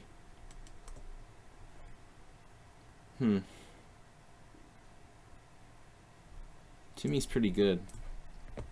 Alright. Timmy's threatening nasty stuff. Queen e3. This Exeter, also very fast. I really hope they don't troll me. I mean, I let them play. I hope it's not a computer or something. Let's see. Knight a4 now. We've got a kind of classic Tarash position against I'm a Kitty. Traded off Clash Kids white squared bishop. In this one, we need to secure our knight. The 1200 who plays like an 1800.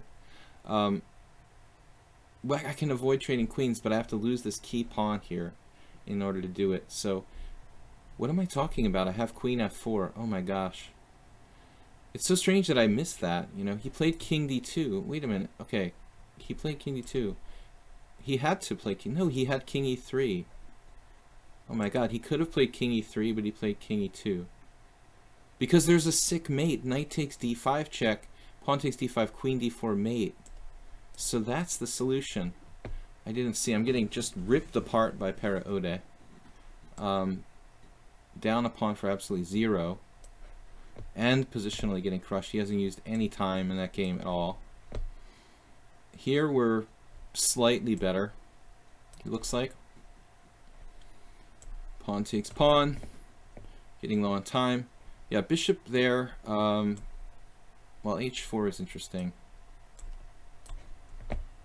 Alright, clear pawn up. Looks good. We gotta move a little bit faster. Bishop b4 maybe. Bishop a3.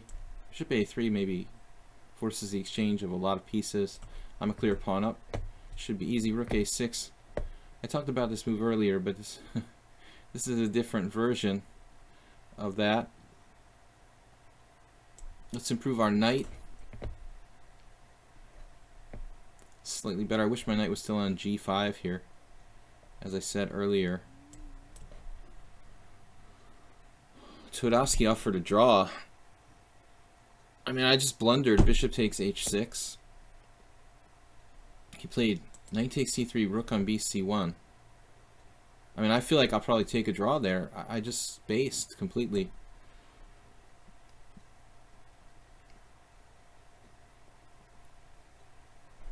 Hold on a second here. Bishop e6. We might yet be slightly better. It's not much though. Yeah, against Twardowski, he's got the bishop pair. I mean, rook f7. Was his last move the right move? Bishop takes f8, knight takes c1. Couldn't he have like won a pawn or something? Okay, I guess it wasn't that clear. Why is he offering a draw? Rook c1. I mean, I just blundered. And now I don't know what's going on. It's a position. He's got the bishop pair. I mean, I feel like he's got more time. After that blunder, I'm just slightly worse, so I'll take a draw there. I think the bishop pair gives him a slight advantage, honestly. Against Clash Kid, I'll bring my knight back in the game. This knight is not happy. On a7 is almost never a good place for a knight.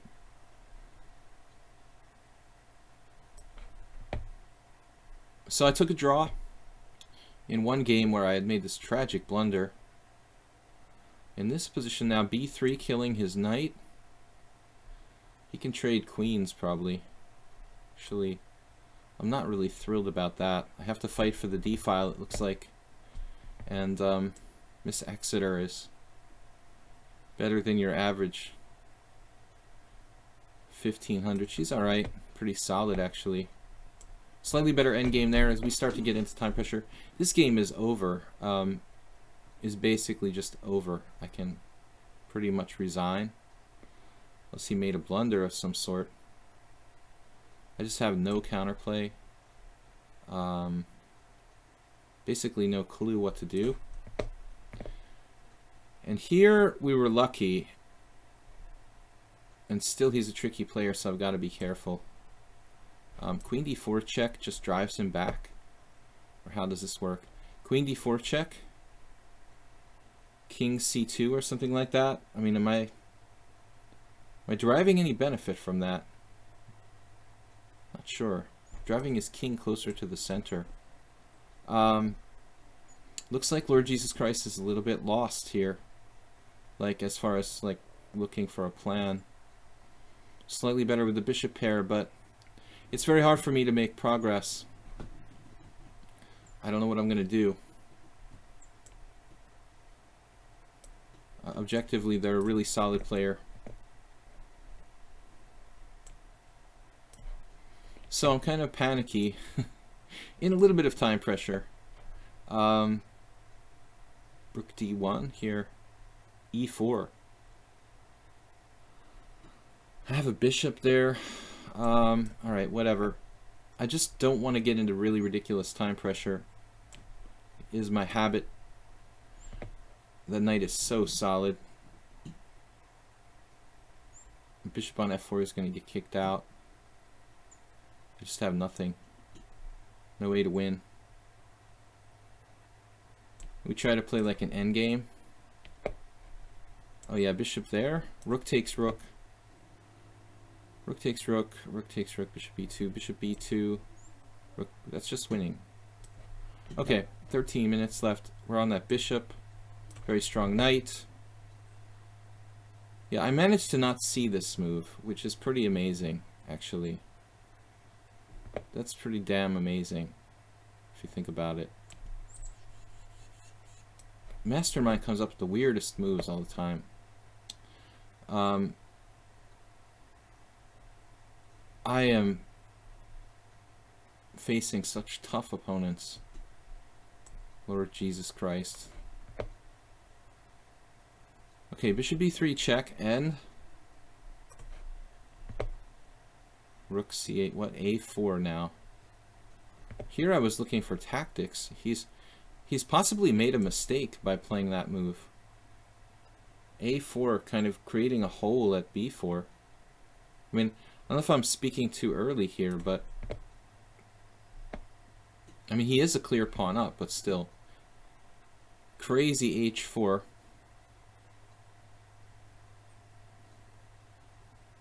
That feels kind of optimistic for white. Then again, what can I do, really?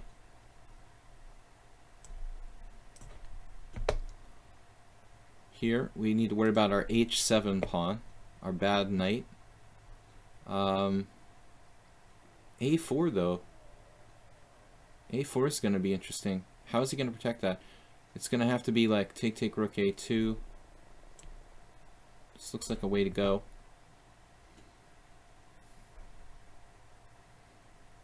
This is like a draw against Miss Exeter. Now, this is a game I had before against someone else. Slow Adventurer. Never played them. If I'm not lost, I'm damn close to it here.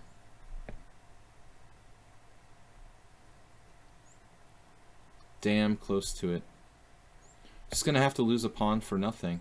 My favorite thing in the world. Losing a pawn for nothing. Bishop there. And then what's up? We try to slowly improve our position. Like e4, e3. And I don't know what to do. Knight f4, knight d3. Back. This guy is defending like a genius. Better structure here. Queen d3. Trading queens. Unfortunately, kind of unavoidable there.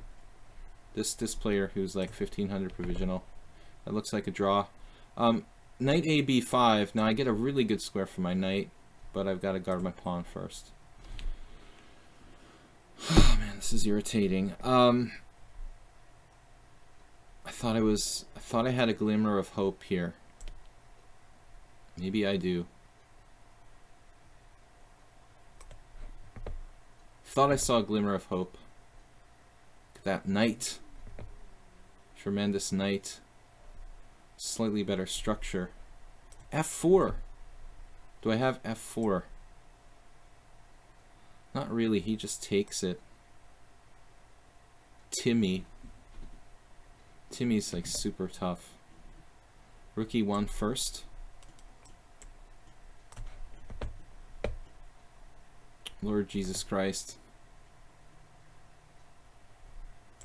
I mean, I feel like we should go for it here. That's kind of risky, though. He's going to have d5. I've got nothing there. That's like a draw. He's too strong, though. I don't think I'm going to beat Lord Jesus Christ anytime soon. Not in simuls anyway. Now look at my king here in this game. My king is just so sick. Getting attacked with like queen c4. Got to be careful. All right, king h8. I think we can safely assume that's a good idea. 11 minutes and counting. No. Trading queens. Yeah, king back drops a knight. That's always good. Bishop g5. Dropping the b2 pawn to knight c4. Not so simple, though. I guess I can kick him out one way or another. This is equality. Queen b5. Miss Exeter. Shouldn't have accepted that challenge. It looks like a really strong player finally. Provisional. Alright, we got to make progress there. Then checkmate uses no time. Rook e1. This position is getting scarier by the moment for both sides. Super crazy. I have no idea what's going on. Looks super complicated. All of white's pieces are active. So are mine. Here we're just up a clear pawn with no compensation. That's good. I like that kind of position. Now my d4 pawn's hanging, my a pawn's hanging. So I have to play knight b4. And the question is there any way I could possibly survive this? Probably not against Perode, who's just really strong. Bishop e5. I'm going to trade into this minor piece ending. We're just a tiny bit better, but not much. h3 looks like an interesting move. But it's also kind of risky. This is a guy who's 1600 over 135 games. Playing pretty well here.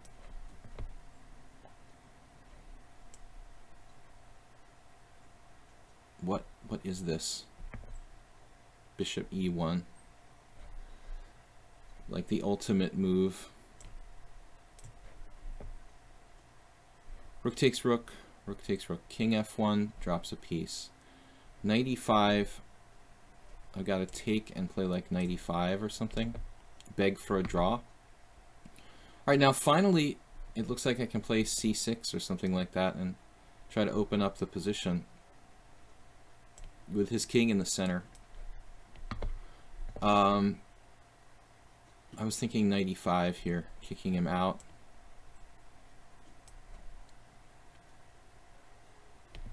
Yeah, bishop c2, take rook a3 there. This player is just strong.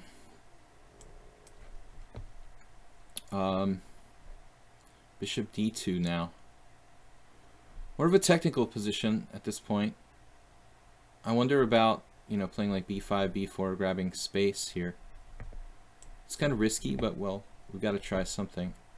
Now f5, f4. Speaking of space, look at this guy. He's supposed to be 1500, but he's defending like a genius. I guess rook b1. Trying to kick him out. He's used almost no time. Alright, b4, b5.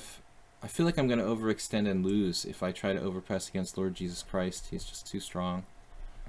d5 is some kind of trick, which I missed against Clash Kid. Tactical trick. Knight takes d5 is not clear. I guess the problem is knight takes d5,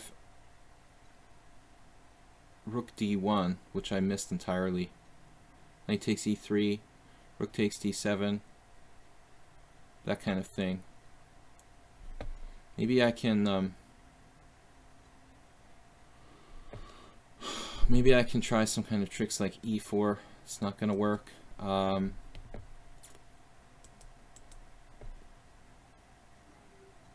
Yeah, this looks like it's just going to free his position. Alright, we've got to bail out there. Terrible ending, a pawn down in that one. Rook a3 here. Some play. c6 takes. Guys, thanks for joining me. We don't have any moderator here, so please behave yourselves in the chat. f4. I think the most important thing about f4 there is freeing myself, freeing my king in this game. I wouldn't mind trading bishops. And then this game, he's just so solid. He's just so solid, it's ridiculous. Arcan. I could even lose very easily here. I think I need to play f3. Then my knight has no square. So king f3, and then my knight has no square. So I can't play either of those moves. It's really perverse. Bishop g5, maybe. This also looks like a stupid move. So I guess black's supposed to be better here. It's really weird. Maybe knight back to f3. Rook c4, the ultimate move. I know I'm confused. I have no moves, dude. Just leave me alone. Knight d3.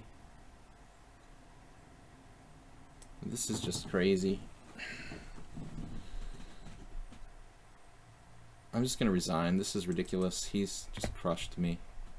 This is getting crushed too. Clear pawn down.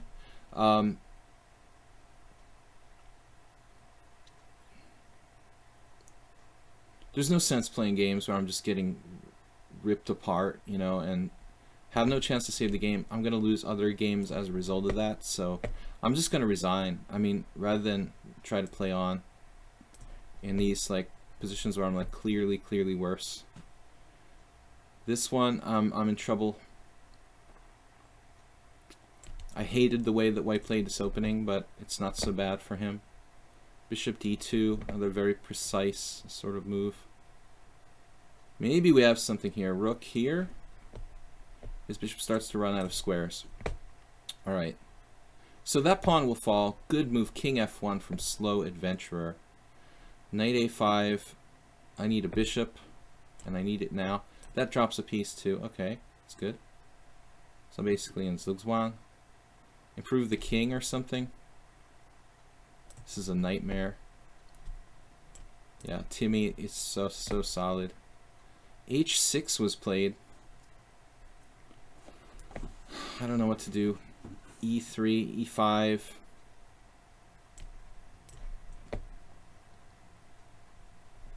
I just want to offer a draw in this position.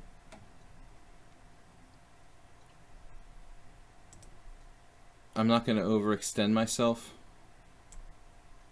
I don't really know how to make progress. Well, I am determined. Made some sort of insane blunder. Rook takes c3. Not even sure that's my best move. Not getting a lot of blunders from you guys. I'm very happy to see it. There's a check on c4. So I'm not sure what my best shot is there. Maybe I should take his bishop off, actually. Slightly better ending here. I don't know if this is enough to make progress. This position is a nightmare. I'm clear pawn down with a bad bishop and a worse structure. I lost the same exact game to someone else, as I mentioned earlier in the stream. Can't remember who that was or when that was, but I can guarantee it was pretty much the same exact position. In that Alekhine's defense, same thing. Bishop takes b6. I even mentioned that idea earlier as an idea. Arkhan's better against me. Got no counterplay here. Less time. It's all good. Maybe I should take... There's also rook d2 check. He takes, I play knight h5, then I take his queen. But it's kind of complicated. Maybe it's better to just go knight h5 first. Is this even good enough, though? Maybe not. He who hesitates is lost. I probably hesitated there. Bishop c1. Man, another good move. I mean, this is like, come on now.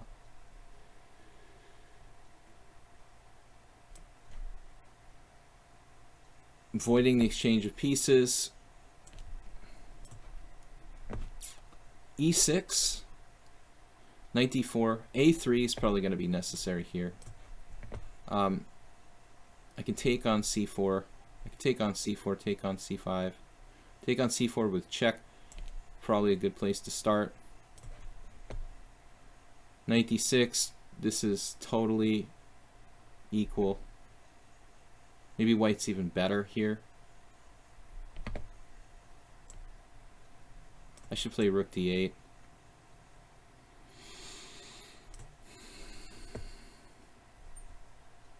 I just shouldn't allow people to play who are like provisional. I'm not going to make any more exceptions. Alright. Very, very nasty endgame here. Slow adventurer. I'm just totally paralyzed. Got a lot of bad positions today. I try to play different openings, guys that I don't specialize in. I mean, there's lots of guys who do simuls, who just play the London system every day. I'm not going to name names, but I mean, I could do that, you know, and I could probably like win like 95% of the games. But I just want you guys to know that I try to make it interesting by playing different stuff. So my score might not be as good as it could be if I really wanted to crush everyone. I could play openings that I really, you know, control and understand, but I try to make it interesting and mix it up and play different stuff. This guy is starting to get on my nerves. Check the mate, and he uses no time. Alright, it's getting kind of low on the clock. We're completely winning in this position. F5, big advantage here, but how do I make progress? Not easy to say.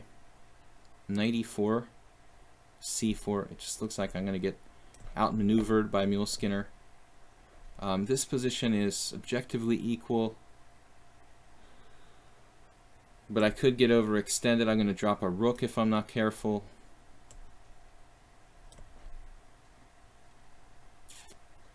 Here we can simplify, but alright, let's do it.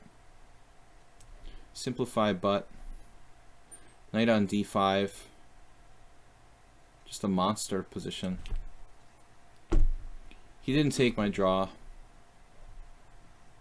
Black is slightly worse than declining a draw here, but that's normal. I guess he wants to win on time. Alright. Rook h4.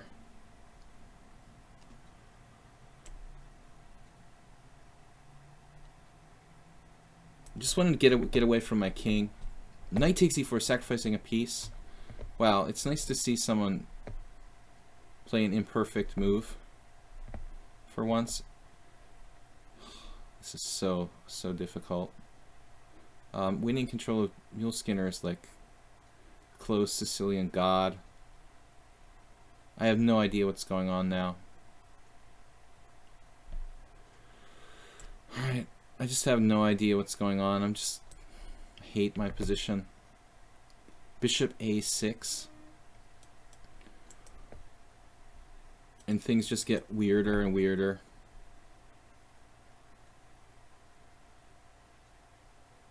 Knight d3, c7.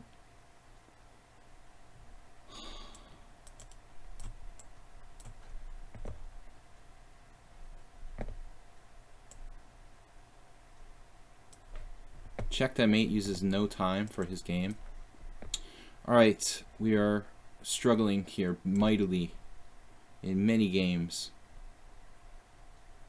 This one feels kind of hopeless as well. Slow adventurer. Here we're just like we won a piece for 2 pawns. I mean, that should be winning for me. Super Sebi sort of torturing me by moving repeatedly. I hope this isn't a repetition of position. Okay, knight c5, where are we going? Knight c5, no good. Knight c8, g6. Damn. c6, c5, blockade. He's playing like a genius in this game, Clash Kid. This opening I just didn't like for white at all, but he's making it work.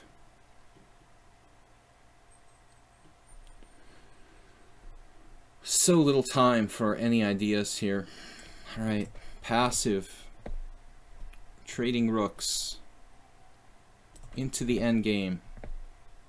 There goes the e5 square. Mule Skinner is now better. This is a draw. I'm slightly worse against Arcan. And then I am determined finds this tactic from hell, which I totally overlooked. He says he's 1200, but it's just way too strong for 1200. Alright. He already like drew me last time. Just a massive game.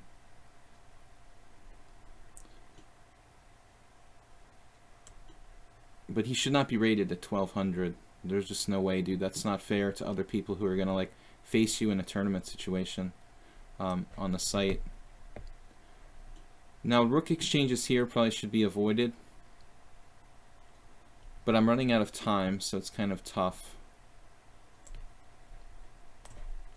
Slightly worse, slightly better, excuse me, but... Alright, let's I don't know, king e7. I'm not concentrating too well here. Knight h5.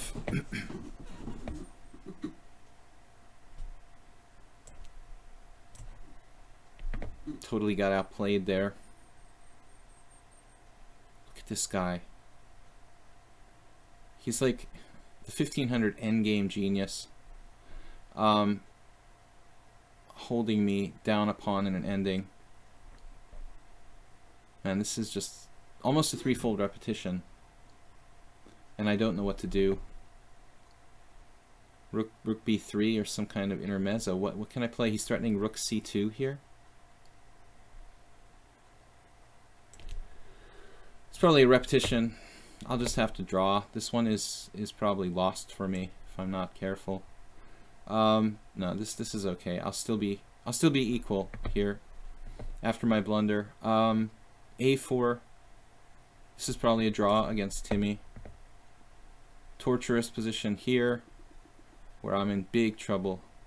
No counterplay, zero. No way to ever get counterplay. I might as well just resign this too. This is just hopeless. Let's see. A knight is coming in. Just resigns. Yeah, I might as well just resign that. That's hopeless. Alright, so we've lost a number of games. Look how he maneuvered his bishop to b7. Fantastic. Bishop e1. Now I can go with the king. Desperately trying to find a way to win there. But I'm in a lot of trouble. Slightly worse against Mule Skinner. Miss Exeter generously offering me a draw. She played fantastically. King f8 here might be safer than king h8. I'm beginning to get a little bit worried about this. I thought I was totally out of the woods, but I'm not so sure. King f8. It's a little bit optimistic to offer me a draw, Timmy. I mean, you are slightly worse here, dude.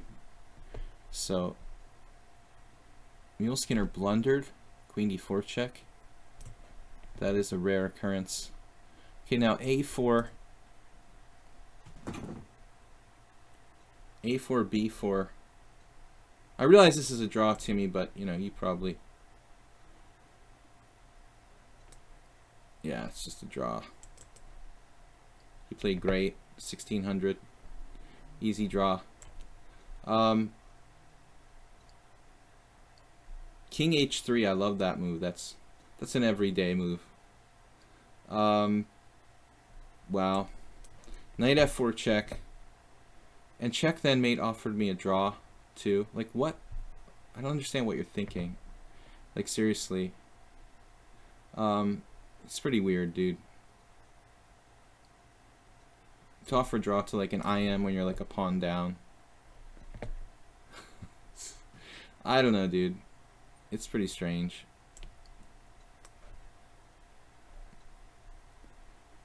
Here I was basically crushing white, and then suddenly things became very, very messy. Now I'm not even sure what's going on. Here I'm lucky not to be lost against I Am Determined. Missing that shot. So we lost some games. We're getting outplayed by some other players.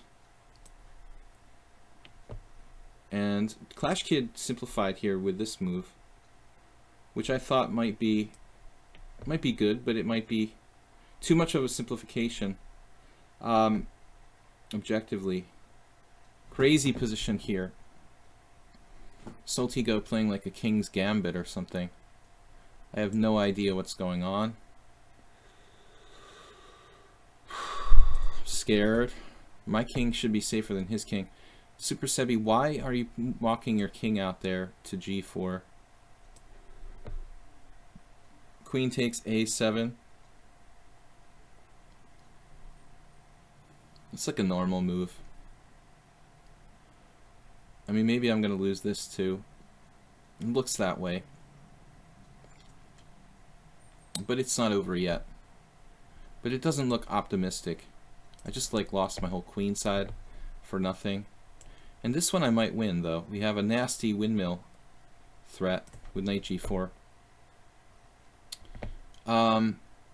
Yeah, it's interesting the 1500 who defends the pawn down ending. Like, man. I'm probably going to overextend myself here, but his bishop has no moves. Maybe we can actually win by a different method. Rook takes e6. Weren't you in check a minute ago? You interposed your rook with... That was weird.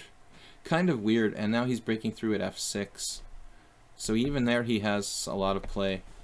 My opponent offered me a draw. Well, I mean, I have more space. I mean, I am determined. I know you're 1200 and everything, but I'm going to give it like a little bit of a try. I mean, I'm here to try to play for a win, you know? I mean, normally 1200s I don't have much chance against, but in general, guys, you shouldn't offer draws to higher rated opponents. Like, it's very bad etiquette. And unless there's some special reason for it, you know. I mean, if you're worse or something, I can understand offering a draw, but Clash Kid is trying to kill me.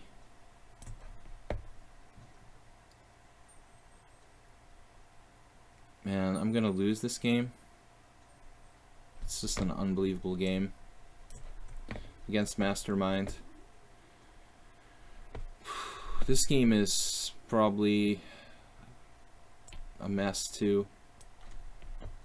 Alright. So maybe we can make progress against check that mate. He doesn't take any time. I left my knight on h6 here. I mean, white is slightly, I would say slightly worse because that pawn is kind of overextended. So I thought that was kind of dis of him to offer a draw. I mean, if anything, it seems like his pawn is a bit overextended, but maybe I misevaluated it. As usual, what just happened? Knight takes d6. Queen takes d6. Threatening h2. Just a really strange player, Super Sebi, with the nuts. He's just going nuts here. With the king out on g4. It's craziness. Mastermind, I must have played, I don't know, a game here in this game where I must have played literally one of my worst games ever. Okay, knight f6 is almost mate, but it's not. The only problem is that it's not. I also have rook b7, and that doesn't win either. Clash Kid played a good game though. He's gone for my a pawn here, but it's now, I think he like let it slip a little bit, although he's still probably better. Rook d5. I just have no time. It's just hard to play all these games with no time. Rook f7. Holding on. H6 check, king f8.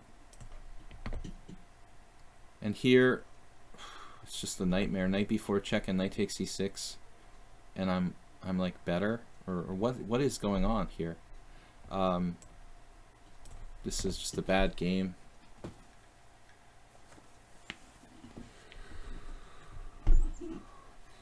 Every simul is different, and lately I've been getting pounded. Usually my European simuls I do a little bit better, but it's funny because the simuls like the last couple weeks have been like not very high rated players, but no one makes mistakes. So I've just been getting like wailed on. Okay, I have rook g4 check. That's not going to help. I don't like getting back rank mated a whole lot. One of Soltigo's best games against me, probably really fighting an interesting game here. I really feel like white's better because of that central pawn. It's like a king's gambit. On the other hand, I mean, it seems like I should be okay too, you know. So it's kind of a tough call. This one, didn't they offer a draw a minute ago? Or is it just my imagination? Was that a different game? You got 2 pawns for a piece there. Definitely don't offer draws to higher rated opponents. Not just IMs, you know, like anybody who's higher rated than you. I mean, you definitely should not offer draws just at random. Mastermind totally outplayed me. Pawn takes pawn, pawn takes pawn. I think this is a blunder from Muleskinner. Like his only chance was something like h6. And now a super weird move. Rook takes a4, queen takes a4 and c4. Maybe I can hold this ending with this gross structure. Okay, I don't understand this guy's deal. I mean, he's 1200 in classical. This is the second game he played against me. Okay, he was probably lost and just got lucky. I was going to say it's the second game he played against me where he was, you know, he played great. But actually he got kind of lucky. I think he was lost. I'm just griping and complaining. Nitsuja with really good chances there now. Yeah, this is an irritating position. I don't even know where to begin. Don't even know where to begin with this business. This is so weird. It seems like he should be lost, but I don't see a way to win. Maybe this move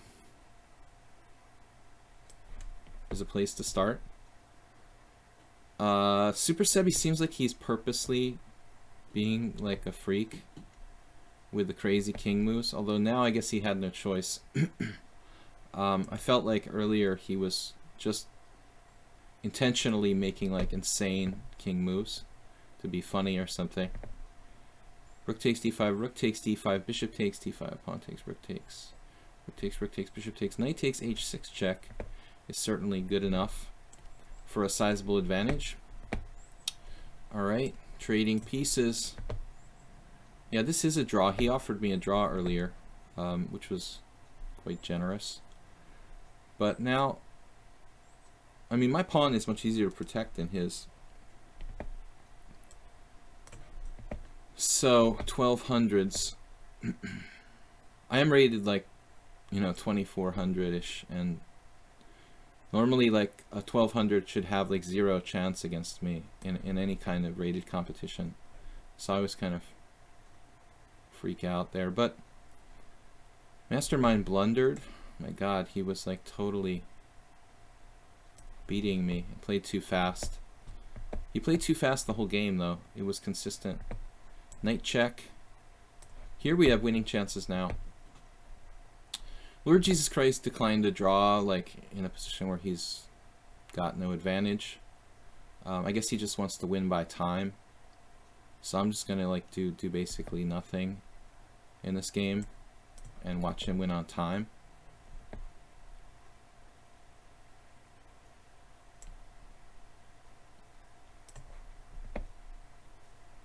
We got to go back to g4. There is a check and it is a forced mate. Fortunately for me, this was one of the worst games I've been a part of in a long time. I have to say, I mean, no insult intended, but man, I mean, that game was just perverse. Oh, I can't believe how bad I played, and you played. And then white has got how many pawns for a piece here? Just 2. It feels like 5.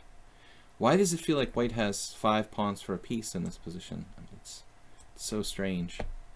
Okay, king position now. King position. d6 is coming. I guess rook takes rook is going to be necessary. And we try to get our king back to the center. Should be a holdable rook endgame, I would say. King up, but he's got rook a7. That's kind of nasty. Not really what I wanted to see. Okay, king over, then attack his d-pawn. Here, take. King g8, rook a7, rook d8, rook takes, knight takes. That's not great either. Maybe I have to think twice here. about how to hold this. We've got a little bit of a problem. I'll have to play rook c8 and then rook b7. I'm still in trouble. This is a really, really nasty situation. Maybe I'm just lost.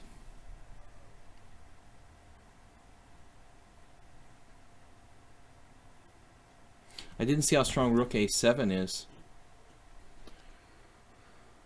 And my back rank is weak. h6, I guess h6, rather than moving my king. I know it's all bad. b5. The knight outpost is so strong there. And, man, he's not giving up. Okay.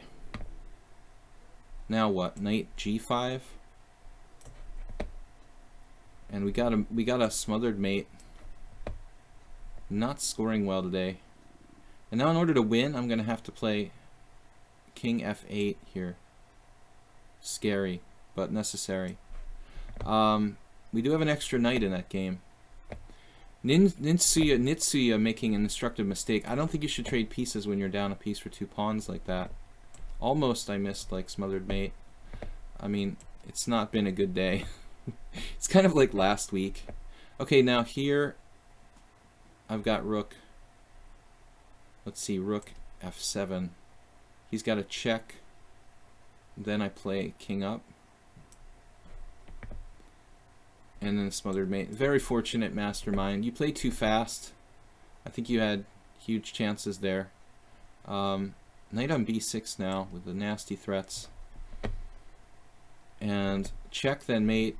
Speaking of playing too fast, he also played too fast. He defended really well, but he's got 36 minutes left. I mean, there's just no reason to have that much time left in a simul this pace.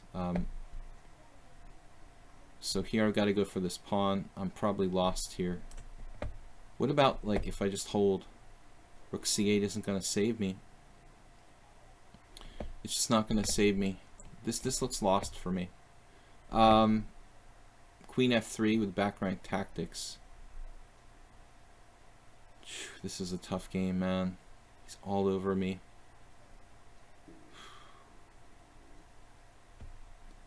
Okay, queen d8 keeps most of my stuff protected.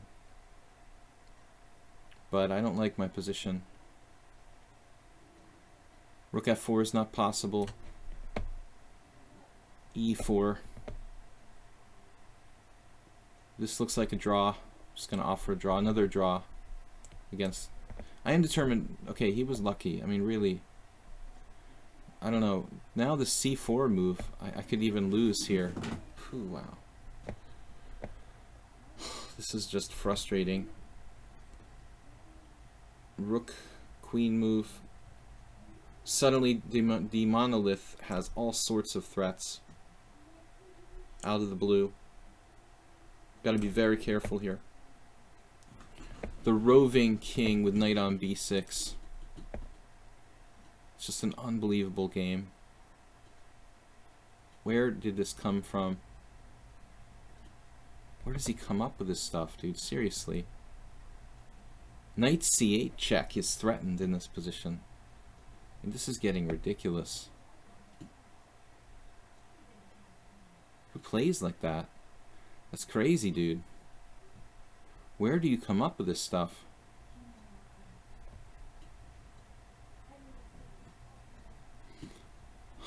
I'm having hallucinations. I'm just flat out having hallucinations. Okay, bishop c5, I guess.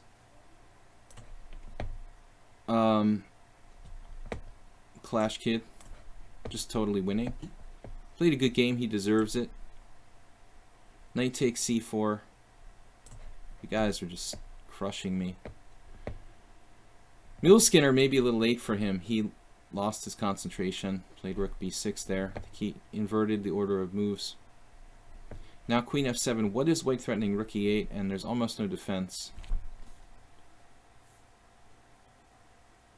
I don't think there's going to be a defense here. Maybe the first time I've lost to Soltigo. It looks like it. I have to play bishop d7. It's just a really gross move. Maybe I don't lose immediately. But it looks really bad. Now suddenly, check then mate has all sorts of counterplay. With bishop b4. Great move. Obviously I need to get my king in the game.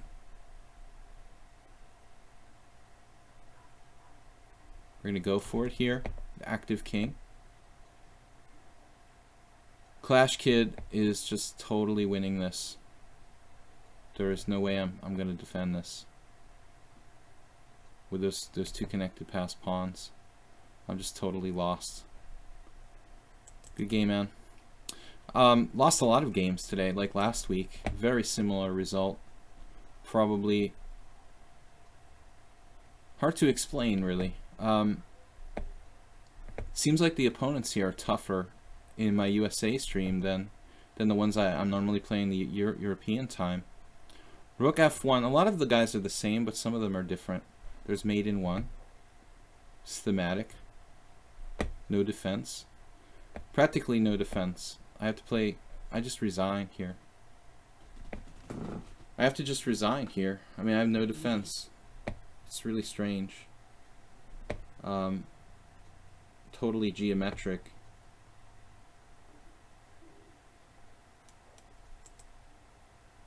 Lost another game. No defense. Like, his king was more open than mine the whole time. There's nothing I can do. I mean, like queen g5 check and lose a bishop or something. That's not going to save me.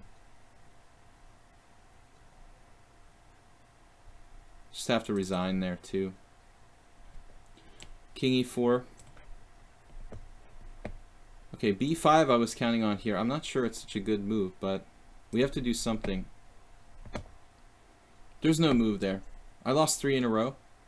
Hopefully I can manage a plus score in this simul. It's a pretty insane result. Drawing with 1200s.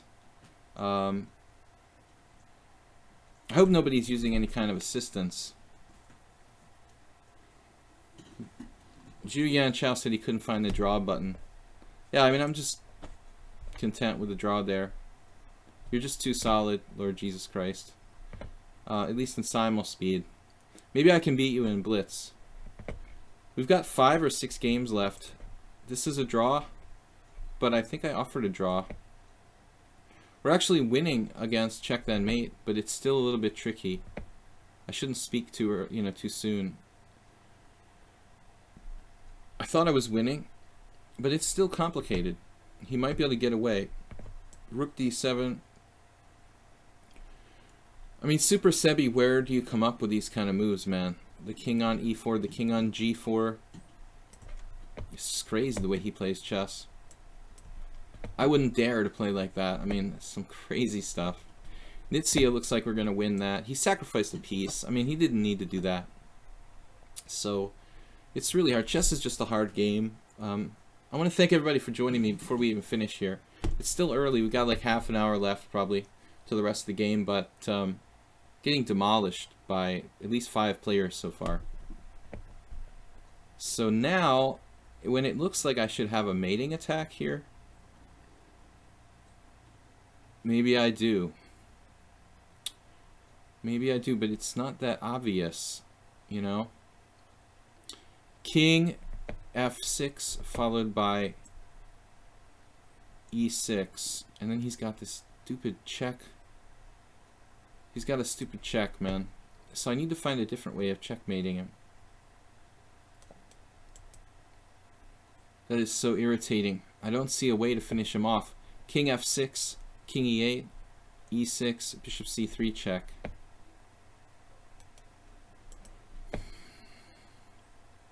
I mean, I'm 100% sure this is winning, but I'm getting kind of flustered and don't see a clear win. I mean, I guess my pawn should just promote. I should be able to promote it somehow at the end of the day. Still not that easy. King there, e6. I can't think clearly. Alright. I think the dude declined my draw offer. in this game. The 1200. Alright, we're up a piece. Up a piece here. Still not that easy to win. Time pressure. I did a little better with the time pressure, but I just got crushed in some games. Clash Kid was kind of a technical game. Here, we're just going to take a pawn, I guess. I never have a check on his king. I never have any sort of threats against his king. Just magically sitting on e4. It's pretty crazy. The monolith is still alive. He's still with us, and I don't see a clear way to put him away either. King takes another pawn. Outside pawn, very dangerous here. But I will have threats too. Yeah, I don't understand why we're playing this out. This looks like, once again, I think I'm slightly better because he's overextended. Now suddenly he might get some counterplay there. Okay, check takes this. I'm threatening some really big stuff here. 96 just wins immediately. Okay, pawn takes pawn. Finally an error of some kind. Rook takes. I don't think he saw that. Safe assumption. Rook takes. Man, Super Sebi, you played like a maniac with your king this whole game. And a4, and somebody else is getting tired. I'm not the only one. Check that mate had to play. What could he have played actually? He didn't have a move. Rook e1. No. Yeah, maybe rook e1 there to stop e7. It wasn't that easy. Yeah, I know, you know, Jesus, that we made no mistakes. I mean, nothing really happened in that game. You know, there were no tactics, and it can't really say that we made any mistakes because there just weren't any tactics in the entire game. I am as determined. Oh no, I can't see the draw offer. He cannot see mine. But why is that? Like, how can you not see my draw offer? And I can't see yours. Well, that's weird.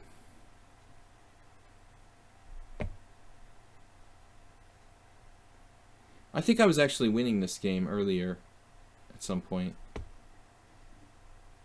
But I don't understand why his classical rating is 1200. Like, he's 1666 in Blitz. I could maybe see that his rating was 1600, but I can't see how he's 1200 in classical. Unless you like just aborted all your games, you know, because you were bored or something. I mean, you're gonna just like destroy people if you played. No, speaking of destroying people, I'm gonna get destroyed if I don't find a move around here pretty soon. Knight f6 check. Oh man, I hope I'm okay here. I'm so close to actually getting crushed. That passed pawn is so strong for black. Yeah, Mule Skinner, you're not really used to playing in the simuls, first of all, and it is later for you. You're used to playing me when it's like morning time. It's a good excuse, man. I've got lots of excuses. I've got lots of excuses. I try not to say it, you know, I try not to make them, you know.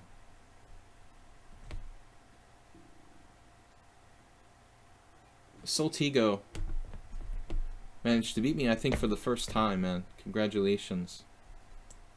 Really interesting game. I mean, I never imagined I was just going to get checkmated because of the back rank weakness and you would just kill me. It doesn't seem quite fair. It didn't seem like I played badly or my position was bad. I thought your position was actually pretty insane. He played knight h3 against me and beat me. But I didn't manage to find anything clear in a limited amount of time. We can play tomorrow. Tomorrow, Monday, I'll have a Blitz and Classical stream. Nitsuya, I am determined. I mean, I'm not going to offer a draw against I am determined anymore because I think he might be slightly worse. He's not going to get any more draw offers. At this point, it may, you know, the valuation may have tipped a little bit.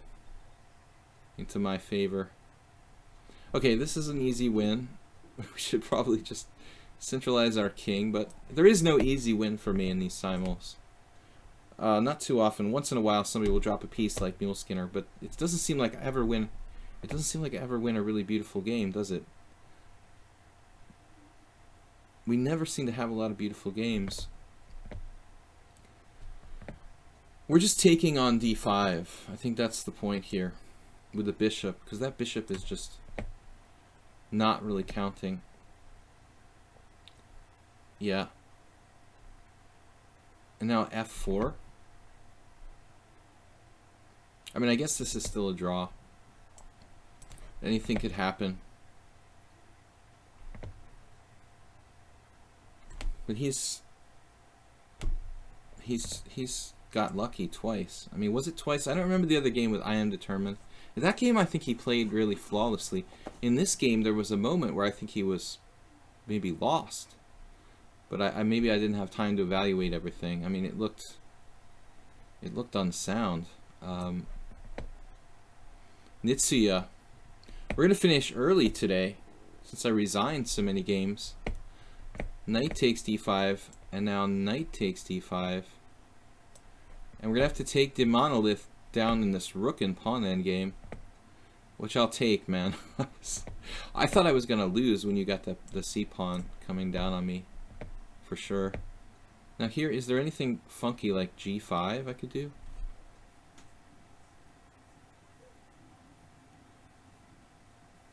You kind of wonder about g5 as a possibility. It almost works. It's probably a good way to like try to lose though. Rook d4. Alright, man, this one is... You're guilty of what? Sacrificing a piece without enough compensation. It's a common mistake. But at least you made a mistake in an aggressive way, Nitsuya. This is like the fastest simul ever. It's only 2 hours and 43 minutes, and we're almost done. Due to me resigning so many games. I don't know, maybe I was a little bit tired today. I've got to think of more excuses. Soltigo beat me. That's the first time for him. Man, my c-pawn is a backward target. Just not easy to win any game in chess. Chess is hard. Oh man, yawn. Alright. Rook a2 check, maybe. Try to break through at f2 or force an exchange of pieces. Knight endgames are very unforgiving. You know, could Wesley So do something here? Not looking too likely. King up. Can I penetrate with the king? He'll go knight a5. I'll go king up. He'll take. I take. He goes king up. Then I check. That's a lot of calculation, isn't it? He'll have like 2 passed pawns, though. I didn't realize how low he was on time. Let's try this. Alright. Nice try, D-Monolith, but I think I'm just going to hold on to that way. And Nitsuya, by trading an extra rook, that should make it pretty easy for me to win. That extra rook is more or less your counterplay. So king and rook and pawn endgame. Rook and pawn endgame, at least 2 pawns up. That's what we're looking at here. I hope I didn't make an error. His king's really out of play too. Both kings are out of position in this ending. I used to play some blindfold chess on classical, I think, and didn't use it. No, I mean, I just have to keep an eye out for people who are, like, cheating. But you shouldn't play, like, rated games messing around, because later if you play in a tournament, I mean, it's gonna be, like, unfair for the people you play. If you're gonna play, like, blindfold, you should probably have, you know, either play those games unrated or have a special account where you say that's what you're doing. He's got weaknesses, but I've got got my own. So he's also got knight c4. I am determined. Soltigo, thanks for announcing tomorrow's stream. Tomorrow will be, in fact, Blitzing Classical Chess. Man, I was just talking about king position here. King g7, king e2, king f6, king here, king here. All right.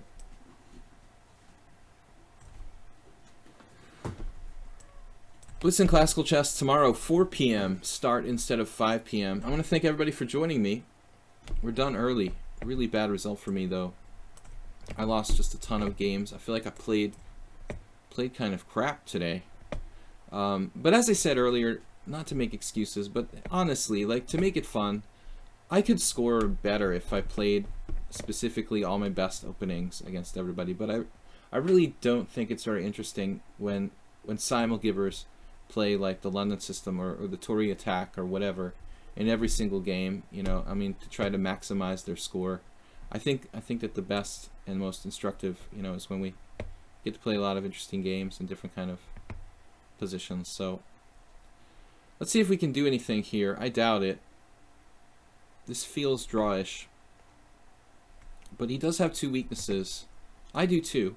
But the thing is that mine's pretty far back on c6. His c5 pawn is kind of an easy target. So I try to make the simuls interesting by playing all kinds of different openings that I don't necessarily know that well. I got crushed in an Alekine's defense. That I should actually know though, because I have played pretty significant amount of blitz games in Alekine's defense. But that guy beat me just like the other guy beat me a few months ago. Bishop takes b6 is always like the decisive move. Bishop takes b6, and it's funny, I thought about that earlier and then it just didn't occur to me. Can we get active? Okay, king e6 isn't really what I wanted to do here.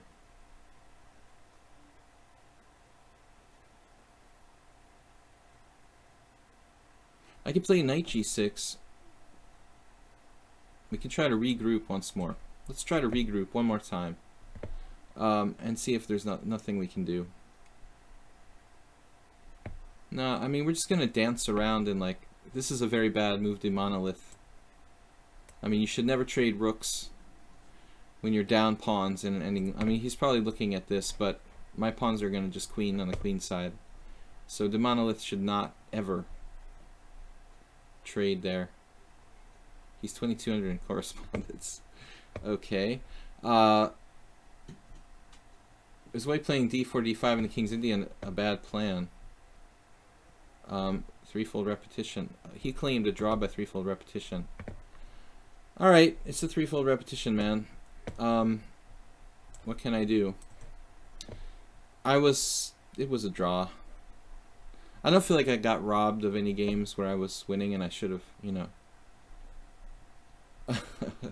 None of these draws were like games where I should have won and I got robbed or I messed up. I mean, most of the draws were like legitimate games where they were just draws. Unfortunately, chess is like that.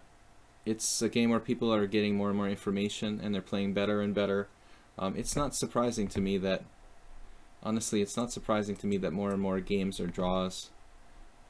And the quality of the games goes up. Really, I think the number of draws should go up necessarily, consistently with that. If you look at top players, top tournaments, people are complaining all the time, like, oh man, these super grandmasters, every game is a draw.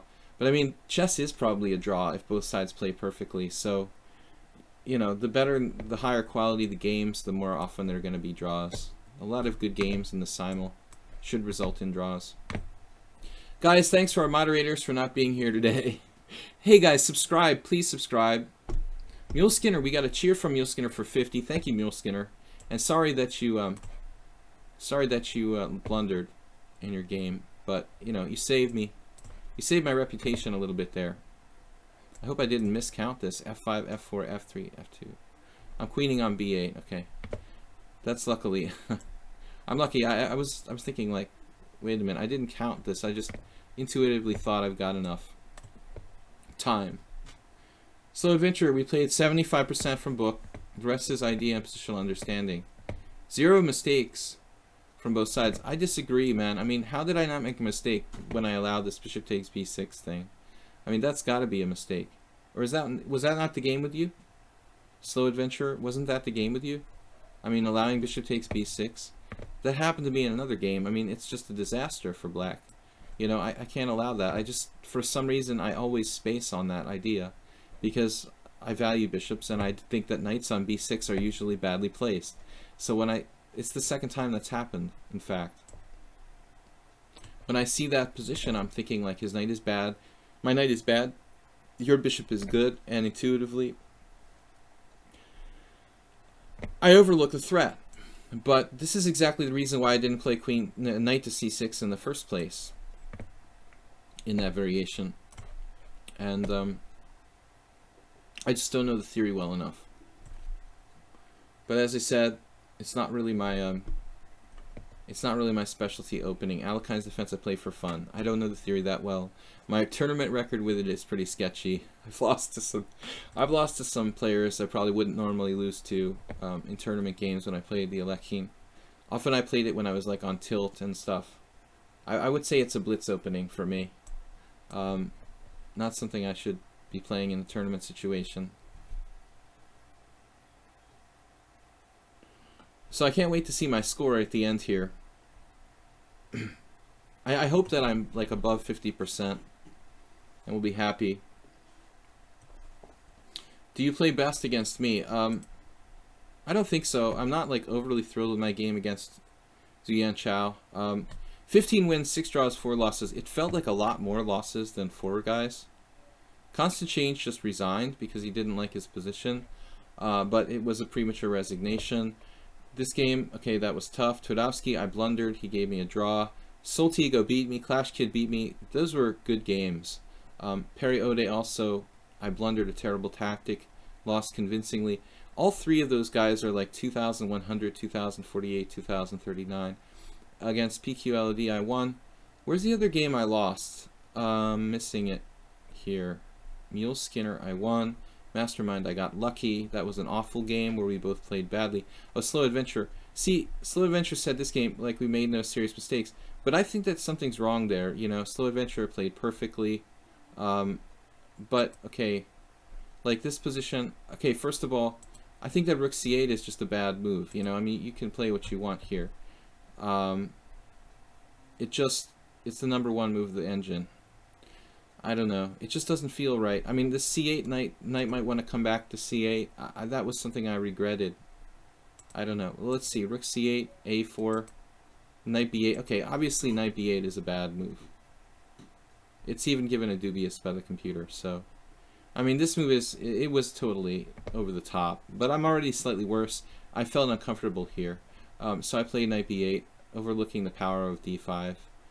Really clean game by White, though. You know, I mean, D5, bishop takes B6. There's no way. This is lost. I mean, this is just an easy win. Knight F3. There's no moves. I mean, I'm just lost here. Like, anybody who's like 1700 should be able to beat a grandmaster from this position. I mean, it's just too simple, too clear.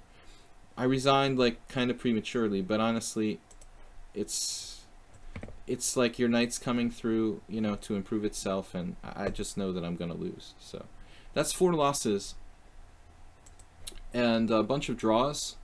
Let's see, the draws were against Arkan was like super solid. Twardowski, I blundered. The other draws, Lord Jesus Christ, he's so solid. I don't know how to beat him in a simul. Timmy, I was like theoretically better, but it's just a draw. He played really well. He played well the last time I played. And Miss Exeter, check this out.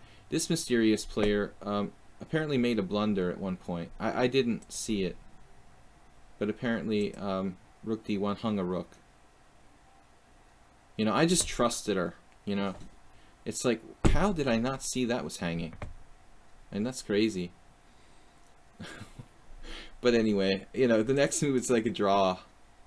That's crazy. I mean, White played like a perfect game and didn't do anything special. Then just like dropped a rook here. How bizarre is that? In a simple position. Okay, I've done stranger things. Maybe she hallucinated that her queen was on e2, you know. But I didn't see it. I mean, that's really funny. What can I say? Anyway, that was a provisional player. I didn't want to let them in, but I did. We had a couple people abandon early. Chess Valse. I'm not really happy with that dude. He just like abandoned the game after 6 moves in that Leningrad. Please don't do that, guys. If you want to play. Also here, I'm a Kitty resigned in a position that it was just getting interesting. They lost on time, actually. Okay, well, if you lost on time, you lost on time. I don't know, but I was sorry because it was an interesting game with chances for both sides. So if you guys do play on my simuls in the future, please please only play if you intend to play the whole game. Other than that, Web Double Lover resigned kind of prematurely too. Didn't he like resign prematurely? No, he was actually losing a piece. I didn't even know I was winning a piece here. He resigned. I thought he had like pawn takes pawn. What's going on? Oh, he blundered. Rook e8. Okay, so he has to take. He resigned because he was losing a piece, but he has to take. Why didn't he take? Pawn takes pawn, bishop d5. I don't understand. So Wubba Double Lubba made a weird blunder. By engines, you got 2 inaccuracies. You stay in the main line with knight c6. Knight c6 is known to be bad, I thought. But anyway, mostly not as bad as I thought, the simul. It's really hard with the time pressure and stuff. But I gave myself the extra time this time, so it wasn't too bad. I think everyone plays a pretty high level, and it was instructive, but it wasn't quite as horrible as I felt like I lost more. I lost 4, drew 6. The other draws I didn't mention. I am determined, obviously, that game. I thought I was just winning earlier. Yeah, there was a point where I was just winning, you know, so he's not like playing perfectly. He made this insane move b4, which is crazy. I don't know. And then I just took here, which was actually not the best. Maybe bishop takes c4 check first. But he immediately like cashed in on this blunder I made in this position. I should just have gone back, which was my first plan. But he's got a little bit of counterplay. But then I saw this stupid tactic, rook takes b3, rook takes b3, bishop here. You know, seeing that a whole rook is hanging. I forgot, I saw rook b1, but I forgot he could play rook b2 in that position. And suddenly he's just equal. It's really, really a perverse blunder by me. So, alright guys, I want to thank you for watching. Also, please subscribe to the channel. I don't think we got any new subscribers. Damn it. But anyway, thank you guys. Also, please support the channel with donations via PayPal, and check out the YouTube channel. I put up a new YouTube channel video this Saturday. I want to kind of promote more like short videos on my YouTube channel, video chess training on YouTube, because I tend to do longer videos and the streams that are really long. But I think I'm going to do more just like some blitz games, like faster videos that you can watch for just like 15, 20 minutes or whatever. You guys asked, how do I not drink something during the whole thing? There's your answer. I finally had to. So anyway, we'll be back on Monday with more Blitz and Classical Chess, 4 p.m. Eastern Time here. Thanks, guys, and I'll see you later. Bye-bye.